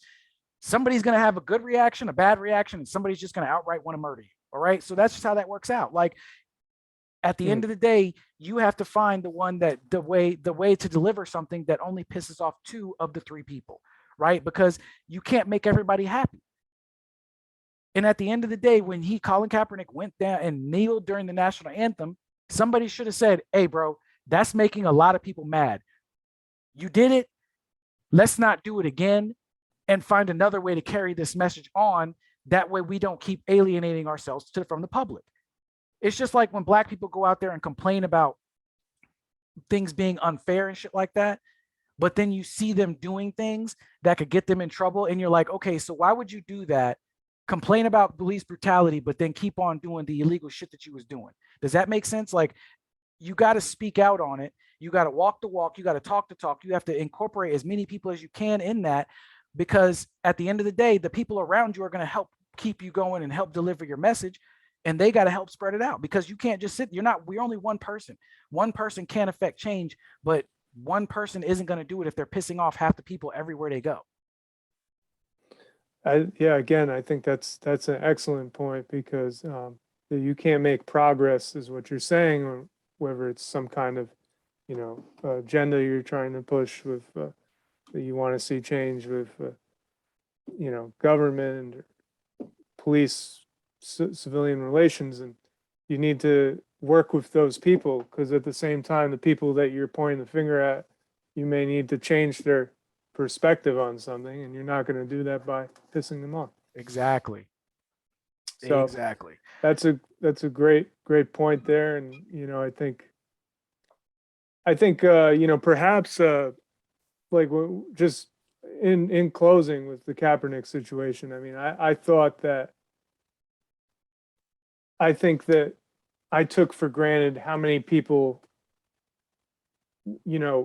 would be offended by somebody sitting for the national anthem, because I think that the national anthem is is great and everything, and it represents our country. But I think that I don't know. I just kind of like thought that the gesture would be maybe not covered as much. Does that make sense? Like, Yeah, yeah, I totally get what you're saying because like, but at the same time, it's just like when are you religious or do you pray and like before dinner, do you do that whole prayer before dinner and stuff like that, say grace?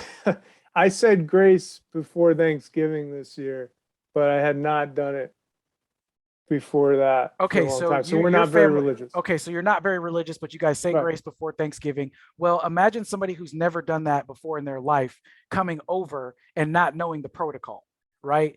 Hmm. Some people get super offended by them not knowing the protocol. Okay. Yeah. So that's what I equate it to. It's just like anything else. Like it depends on who it means something to. Like the national anthem, it doesn't mean all that much to me, but when it's on and everybody else, we're in a situation where we need to stand and unity and be in unity. That's what you do because when I was on a military base, like I said, everybody stopped, everybody looked at the flag and stuff like that because we're on a military base. We're Americans. We're here together. We've got to get through this together. Yes. Just like when Yes. you say grace, everybody's holding hands and stuff like that. I remember when I was in church, if you didn't get in there and do what you need to do, mom was slapping you in the back of the head because you was goofing off, or you didn't close your eyes, or you're sitting there messing around and everything. You got slapped in the back of the head.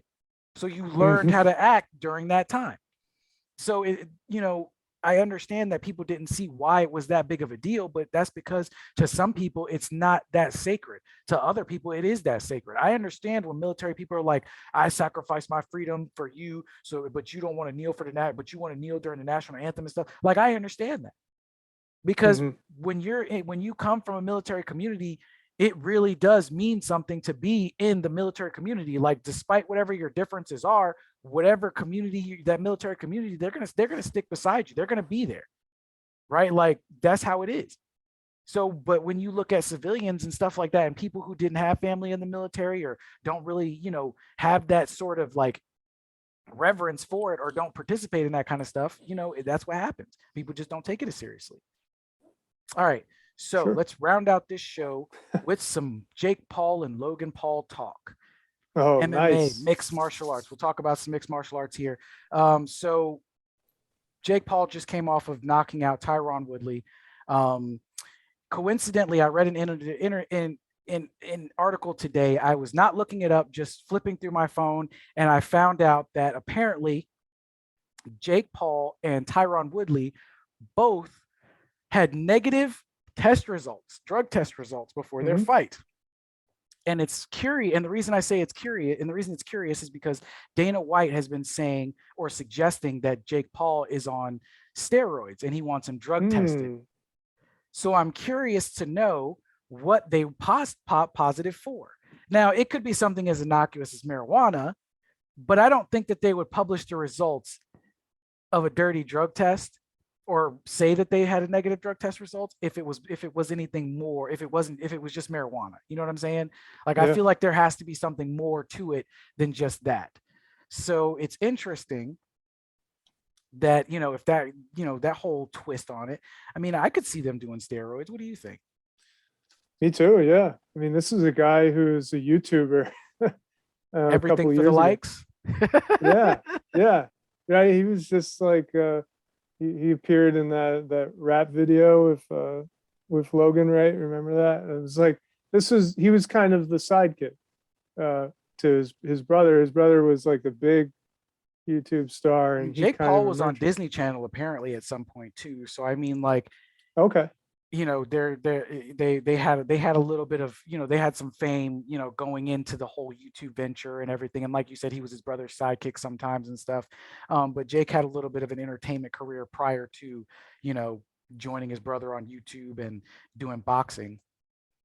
Fair enough. Yes. Yeah. I just think with regards to his boxing, it's just shocking to see somebody basically come off the street and without any formal training, as far as I know, Well, here's Uh, the thing on that. yeah.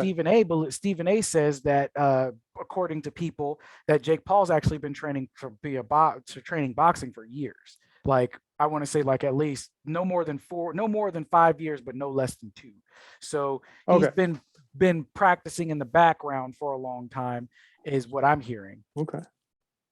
Yeah. I mean, still for him to come out and defeat, like a UFC star, MMA star or whatever, like Woodley, it's just it's shocking. I mean, so I think that there's every reason I'm suspicious of somebody being able to do that. I just think that um, it's been a meteoric rise to fame in boxing for Jake Paul, and it's just hard to see.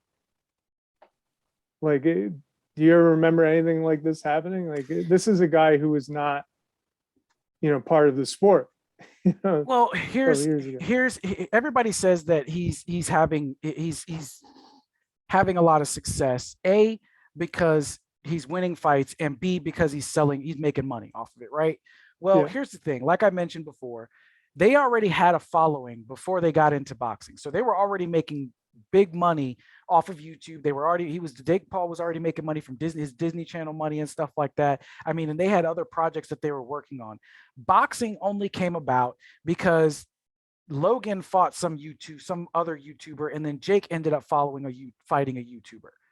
And they ended up making a lot of money selling tickets for that and the pay-per-views or whatever it was and everything. And this is where the idea came from, right? Because it was a new venture for them. And ever since then, Jake Paul and Logan have been fighting people who've been retired, who don't box. I mean, Jake Paul's resume, okay? First fight was Ansem Gibb. The kid is like 5'10". He weighs probably like a $160. He probably weighs, I would say he probably is about $160, walks around at $160, okay? And he's a YouTuber. The kid had no boxing experience whatsoever. And then he gets in the ring with Jake Paul, who quote unquote has no boxing experience whatsoever, right? Yeah. So then Jake Paul wins that fight by knockout. And I'm like, okay, two guys who have no prior experience boxing. One guy knocks the other guy out. We don't say that street fighters, we see street fight videos all the time of somebody getting knocked out. We don't say that they're world-class boxers or that they deserve a shot in the boxing ring, do we? No. We don't sit here and give them all the praise that these other big boxers get, right? So then his next fight after that was Nate Robinson, a washed up basketball player who's like what, 30 going on 40 or something like that. Nate Robinson is what, like 5'9"? Yep, 5'9". I remember that. He's 5'9" and probably weighs about $160, $170. Jake Paul is 60. 70. Jake Paul's what, 6'1", 6'2"? He weighs in at 190. He fights at 190. Yeah. So we're talking about him picking on two smaller guys. He's not even fighting so far. He's not even fought guys his size. Yeah. And he's not even fighting guys who are fighters. Right. So that's the first two fights. So then his next fight is against Ben Askren. Well, let's look at Ben Askren. Ben Askren was never known as a striker. He was never known as a striker. The man was a grappler. He got knocked out by his biggest moment in MMA history is getting knocked out by Jorge Masvidal with a flying knee 5 seconds into a match with him. Seriously, that's his claim to. Yes, look at type in Ben Askren, and I guarantee you the top search is him losing his fight to Jake Paul and that fucking flying knee from Jorge Masvidal. Those are the two things that make Ben Askren even worth talking about now. And he was an established but he was a grappler. That's why he was able to fight in that mixed martial arts, and he was successful in the WEC or whichever one, Strikeforce, whichever one he came for before the UFC absorbed it and stuff like that. And he was successful for a while, but part of the reason that he was not successful in the UFC was because he couldn't throw hands. He just was not a fighter. Everybody knew he was coming in to take you down and take the fight to the ground. After that, Ben Askren had no game. He wasn't knocking folks out. I'm sure he probably had a couple of knockouts here or there, maybe, and stuff like that. That's the nature of fighting, the law of large numbers. But for the most part, his fight was to drag you down. Now you're telling me he's going to go in the ring and stand and trade with somebody who's bigger than him? Ben Askren's 5'11". He's fought at 170, 185 or something like that. 170, 180. Then you have Tyron Woodley. Yes, he was a knockout artist for a little while, but again, a guy past his prime, retired, no, he wasn't even retired. The UFC bounced him out. The UFC cut him because he had lost. But Tyron Woodley hasn't won a fight in 5 fights now. It was 3 fights. He lost his last 3 UFC fights, and I think the last UFC fight he got knocked out. Then he lost to Jake Paul. Then he got knocked out by Jake Paul. So Tyron Woodley hasn't won a fight in a long time. So again, his body of work just to me isn't there. I don't see the level. Like, I get it. He's going out there and he's sparring with some top level athletes and stuff like that. He's going out there and sparring with some willing participants, but he's not boxing anybody that, I would give any real boxing nod to. Now, if Jake Paul had gone into the octagon with these last 2 guys, Tyron Woodley and Ben Askren, I'd give him more respect because then he's taking them on in their world. But when you take somebody out of MMA, they're having to resist all the stuff that they were trained to do. All the knees and the backhand, the spinning back fists and the flying knees, the grappling and stuff like that. I mean, when you see fighters, they get knocked out or they get kind of dazed in a fight and stuff like that, and the ref comes over and stops him and he grabs the ref and he grabs his leg and he's trying to take the ref down. That's muscle memory. He has no fucking clue where he's at, what's going on, but his body's just going into, I'm going to save myself mode. So when you go into boxing, you have to resist those types of urges. A dude brings you your bell, you can't grab onto him and do some in clinch work and everything like that. Sure, there's dirty boxing, a little bit of dirty boxing and boxing and everything like that. But when you get too clinched up and stuff, like the ref separates you, you get hands on and stuff, the ref separates you. So at the end of the day, I don't see Jake Paul's rise as meteoric. He already had the fan base, number one. And number two, he's picking fighters that are smaller in stature and don't fight and don't do the same thing that he does. Boxing to me is a subset of mixed martial arts. Mixed martial arts is the truest thing you will get to an actual street fight, Coliseum type, no holds bars. It's kill or be killed type fighting. Boxing is an art. It's a science. It's a technical skill, right? Like when you go into a boxing match, you're looking to go through a battle. It's a chess match, counter punching, parrying, getting in there, getting out and stuff like that. Mixed martial arts, it's not like that. You're trying to impose your will on somebody. You're going to take them down. You're going to knock them out. Whatever you have to do to take out your opponent is what you're going to do in the fight. And it's not the same thing in boxing. Right. So when you're Jake Paul and you're going in there and you're boxing against guys who are trained and who have been fighting in MMA. And right, like you said, I mean, it's apples and oranges, man. I mean, you're going. I mean, there's the aspect that these guys are professionals, and Jake Paul is more recently a professional, just becoming one. So you would think that it's that he's behind the 8 ball, but what you're saying is that the MMA fighters are behind the 8 ball because. Or more so because they have to make an adjustment, that's just too great to make. Is that sort of what I wouldn't say it's too great to make. I would say that it's an adjustment that you have to make over time. Anderson Silva was a great striker. Now he's doing boxing, and apparently he did pretty good in his first boxing match. So I'm sure that Anderson Silva probably is going to have an easy time transitioning into that world because he was a world-class striker. Not all of these guys are world-class strikers. Tyron Woodley, yes, he was at the top of his game for a little while, but people exposed him, which is why he got bounced out of the UFC. He couldn't get a win in the later part of his UFC career to save his life, obviously, which is why he's not signed today. Mm-hmm. So at the end of the day, like, these guys have to figure out these guys have to figure out, how to transition into the sport, when to transition into the sport, because, boxing isn't just something you take lightly. I mean, even if a boxer were to go to mixed martial arts, it would still be a transition that they have to learn. They have to learn how to defend the takedown, how to get up, how to get their back off a cage, underhooks, pummeling, all that kind of stuff. Like there's a lot of different things that go into that. When you go into the boxing world, you have to forget all that stuff and learn techniques to get an opponent off you that don't require you to put your hands on them, because you can't put your hand behind somebody and do the Muay Thai plum in boxing. You know what I mean? That's a dirty move. So there's things that they have to resist doing and resist the urge and stuff. And it's a hard transition to make, and fighters can make it, but the way that a good fighter will make it is by practicing boxing and not practicing all the other MMA stuff. You know what I'm saying? Like forget all the grappling and all that other stuff. Focus on just your boxing technique, the crisp jabs and stuff like that. In MMA, the jab is a great tool, but it doesn't stop you from getting kicked in the head. You know what I mean? Because somebody's legs are a little bit longer of a reach than a jab. So you've got to be careful, overextending yourself with the jab or overusing your jab, because while it does keep people out of reach, somebody can easily throw a head kick that, gets over top that jab, or, catches you on the opposite side of that jab. And next thing you know, you're asleep. Yeah. I mean, it's, MMA,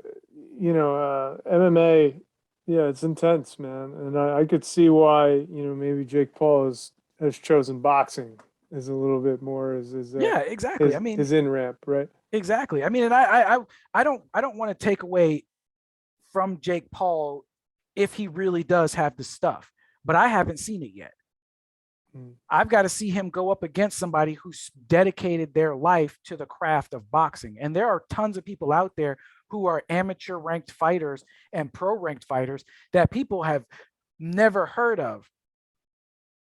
Right. And that people have never heard of, that have fought more times than Jake Paul, that would absolutely demolish Jake Paul. Jake Paul talks about he could fight Canelo Alvarez, or, Logan Paul talks about he could fight Mike Tyson and stuff like that. Mike Tyson?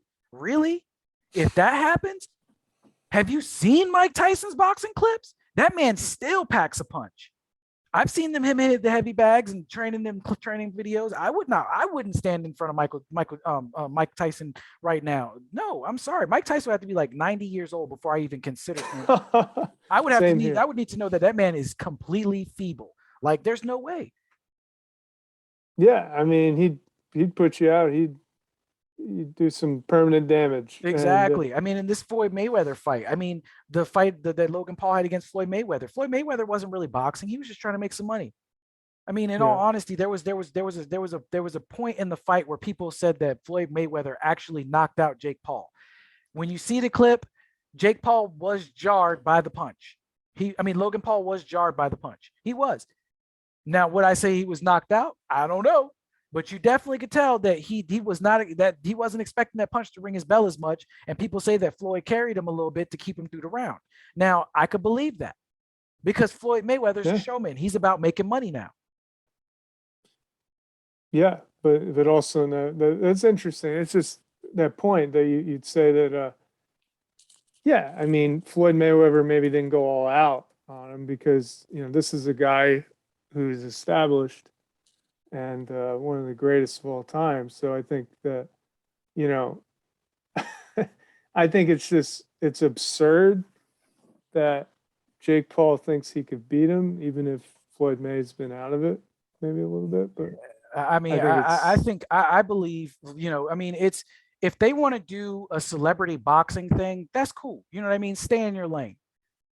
But all of this, we're professional fighters and all of this BS and jive and stuff like that. Like if they didn't have a YouTube following and they didn't have the Disney Channel stuff and all that stuff behind them, no one would even know who they were in the fight world. With 4 or 5 fights, with 9 fights between the two of them, nobody would know who any of them were and stuff like that. If he hadn't fought Ben Askren and Nate Robinson, I mean, he's just fighting names to get clout, to get people's attention. The last pay-per-view that Jake Paul did was a fucking flop. I think it sold under 100,000 pay-per-views or something like that. So I mean, it wasn't even that successful because no one wanted to see him fight, Tyron Woodley. Everybody wanted to see him fight Tommy Fury. Now, if he fights Tommy Fury and he beats Tommy Fury, okay, I might say, okay, he could box a little bit. Right. Do you really think he's getting to the point where he can he can maybe fight somebody who's legitimate? Do you still think he's a ways away from that? Because like the momentum, he has built up some momentum here by Like I said, there's a big difference between boxing and striking. Okay. When you're fighting guys who are strikers, brawlers, those types of guys, a lot of them don't necessarily rely on the technical aspects of throwing punches, right? Because right. they rely on their power, they rely on their chin, they rely on their grit, their heart, whatever it is to keep them going throughout a fight. But when you go to boxing, boxing is about technique, it's about form. The boxing ring is big. When you're in there, it's just two people. It's a square, it's a big square. So now not only are you having to fight an opponent, you're having to keep that opponent from running away, moving, utilizing the ring too much and stuff like that. Yeah, it's the same thing in MMA, but you have a lot more ways to stop them from escaping. So in boxing, somebody gets up to against the ropes, they could easily just kind of, jab their way out and circle out. When you get somebody up against the ropes in MMA, you can clinch, you can do some dirty boxing. There's the Muay Thai clinches and stuff like that, takedowns. There's a lot of different things that you can do to keep somebody and change levels in that regard. So it's a lot harder. There's a lot more technique that goes into keeping somebody trapped in a boxing ring than it does in MMA. Now, I'm not saying that it's easier to do in MMA because there's still more techniques. I'm just saying that it's different. There's things that you have to learn. And when you have to learn something new, you have to practice that skill. So if Jake Paul has been boxing for like 4 or 5 years in the background and he's been doing all this, he's got the training, he's got the trainers. Yeah, I believe he learned to box. I believe anybody can learn to box. Right. But whether somebody's willing to get into the ring and really get punched in the face and punch somebody else in the face is a different thing. Now, I'm not saying that Tyron Woodley can't fight. I'm not saying Ben Askren can't fight. I'm saying that those fights would have went completely different if Jake Paul had carried his ass over into the octagon, right? Like, there's no fucking way Jake Paul wins either of those fights if he got into the octagon. But with boxing, he was bigger, he was stronger, and he had the training. Right. So it's like, as far as I'm concerned, all he did was go out there and win a sparring match. Knocking out Tyron Woodley and Ben Askren, to me, like, that was just a sparring match. And I get it. They're fighters and shit, but Ben Askren was washed up. It's not like he wasn't ever knocked out before. And it's not like Ben Askren was knocking folks out. And Tyron Woodley was coming down is on the back end of his career. Hadn't won a fight in a while. So I'm not surprised that he got knocked out. And when you watch the video of the Tyron Woodley knockout, you can tell that he just was not expecting that punch to either come as fast or hit him as hard. You could just tell. He even said, I don't even know why I dropped my hand, because Jake Paul cocked that bitch back. Mm-hmm. Any experienced fighter would have gotten out of the way, parried, counterpunched, something. They would have not popped that jab out there. They would have done something, but Tyron Woodley he just looked like he was stuck. He didn't even see it coming. It was just boom, and then he was done. Well, interesting. And I see the age difference here. I just popped it up, the fight. That Tyron Woodley he's almost 40. Exactly. Jake Paul is like just getting into the game here at 24, and that plays a part. Certainly, boxing takes a lot of endurance. Yeah, and then when you're bulking up too. I mean, they fought at 190. If you look at the stats, Tyron Woodley, I don't think has ever fought that big. I think the biggest he's gotten up to is 185. Yeah, he's they say he's 170.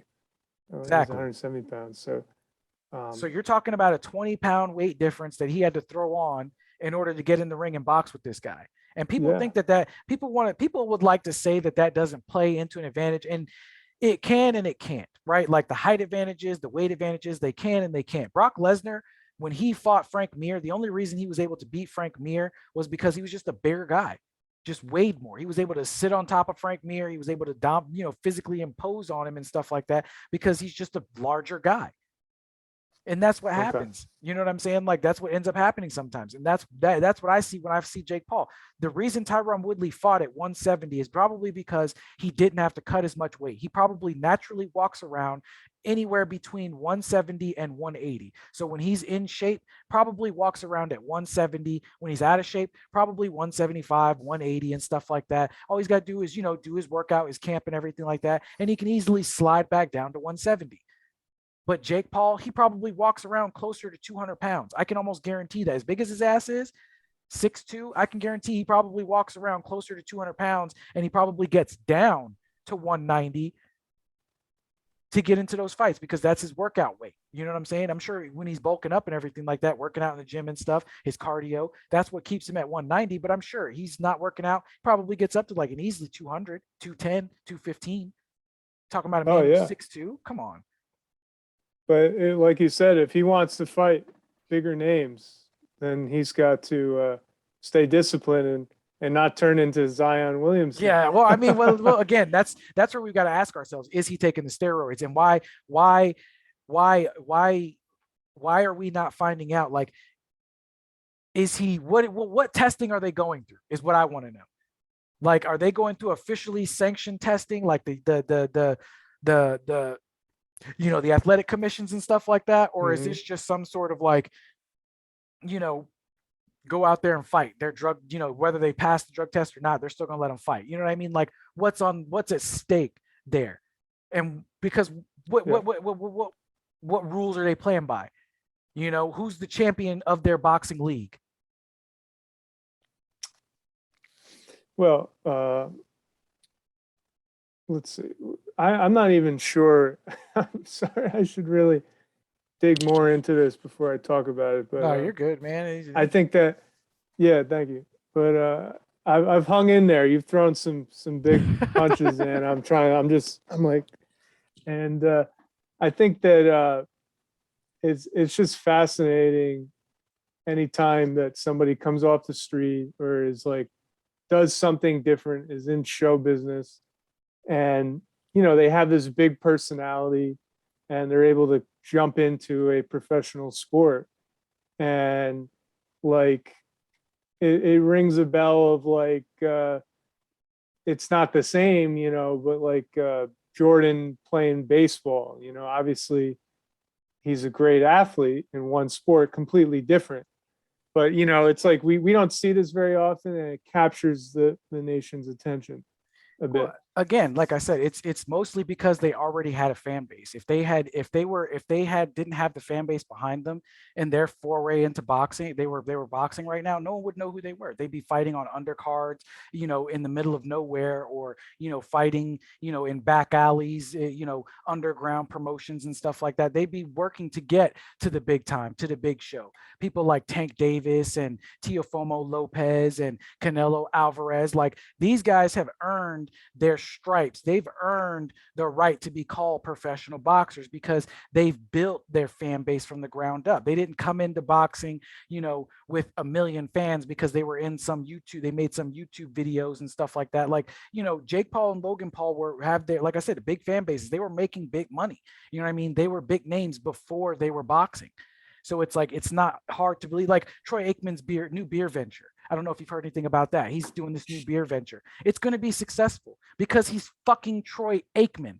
The beer could taste like complete shit, but because Troy Aikman endorsed it, it's Troy Aikman's beer. People are going to buy it. There are people out there who only buy Jordan brand shit because it's Jordan brand shit. That's it. Like, that's what happens. And it's not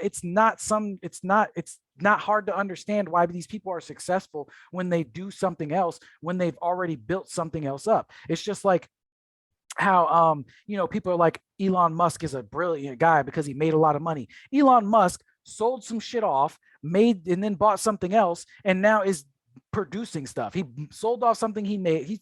What did he have before? Was it like Bitcoin or some shit like that, or what? It was some pay service or something. He had something Yeah. else. He built some money off of it. Then he sold it for like $1 billion or some shit like that. And then he went and bought Tesla, or bought a bunch of shares of Tesla and stuff like that. And now he's the owner of Tesla. So you get what I'm saying? Like, of course these things are going to be successful because they had the money, they had the financial backing, they have the people, the resources, the fan base, whatever you want to call it, behind them to move into this foray and be successful. Kurt Schilling has started a video game company. Why do you think it went to shit? Because he didn't have the fan base. Kurt Schilling, man, he should lay low, because every year he seems to get denied entry into the Hall of Fame, even though his stats Well, I Pretty think that much was more, there. wasn't that, isn't, I think that's more of a personality issue, no? Like, hasn't he been Oh, into some, 100%. in some trouble and stuff like that? Like, there's been a lot of things in the background that was going on. Like, wasn't he accused of some stuff? And then he said some racist stuff or some homophobic stuff or something like that. Like, he was in the headlines for some notorious stuff for a little while. So, I mean, I could see, Okay. like not wanting him there because he's got the wrong stance on something. You know what I mean? Yeah, yeah. I'm pretty No, sure he came out and said something pretty messed up in the headlines one day. I can't remember what it was. I think it was something homophobic, or he said something racist. Maybe he was a Trump supporter at some point and he was talking. I don't know. I'm telling you, there was something he said that was bad, and people were like, "Ooh." it But says yeah, here, yeah, it says he opposes same-sex marriage exactly. and There you go. believes he believes that each state should decide its laws on the topic rather than the federal government. Yeah, exactly. There you go. That was Oh, something that he said, and I mean, I could easily see that being the reason they deny his ass for the Hall of Fame. I mean, there are people out there right now who watch baseball and they're like, y'all induct people, y'all induct him into the Hall of Fame if you like. I will stop watching tomorrow. The day after, I will stop being a baseball fan. I'm trying to tell you, that's probably why they, I don't know. I mean, I would hope that's the reason. I mean, he was a good baseball player and shit like that. He did play with the yeah. bloody ankle and stuff, but I could definitely see, people not voting on him because of that one thing right there. But like I said, there was some other stuff too, but he had a video game company that didn't do well. But why do you think that was? Because he didn't have the fan base anymore. He didn't talk about it. It wasn't promoted. And let's be honest, he wasn't that popular of a baseball player off the field. He was known for his baseball playing skills and all of that stuff, but outside of that, he wasn't a very well-liked guy. Troy Aikman, now he's a very well-liked guy, sportscaster. People know his name. He's famous. Of course, why wouldn't he sign up on this beer thing? All he's got to do is attach his name to it and shit like that, and it's going to be an instant success. Poof. I'm We'll trying to see. tell you. Yeah, I mean, it's It's just like Conor McGregor's whiskey brand. Why do you think that became $1 billion? Because he was a UFC fighter who was a polarizing figure. He threw a chair, a dolly through a bus window. I mean, he did a lot of shit, right? Like wait, what did he do? he What threw was okay, that? well, he threw a dolly through a bus window after one of the UFC events. There was another UFC event where he threw a chair. I mean, like the guy did a lot of stuff. And he's notorious. That's his nickname, notorious. Yeah. So I mean, he lived up to his moniker. He was a bad boy, did a lot of shit. He was in the headlines. No, I'm not saying that, he was right for some of the stuff he did, but that's why he commands the money that he commands. He got that $1 billion brand now. You know what I mean? I think he's getting ready to sell it off, but that whiskey, I mean, the reason it was popular is because he was popular. If he was a shit UFC fighter that no one knew about, do you really believe that his whiskey was going to be all that popular? No. But people knew his name. He reached enough people. He had a large enough fan base. It's $1 billion brand now. Well, there you go. That's a whole nother topic that we might have to cover on another show. Yeah. All right. Hey, great job today, man. Yeah. You too, man. You too. All right. Thank you for having me. Thanks. Yeah, no problem. We'll do this again next week. Thanks for everybody watching in. That is our show for tonight. You guys have a good one. All right. Take care.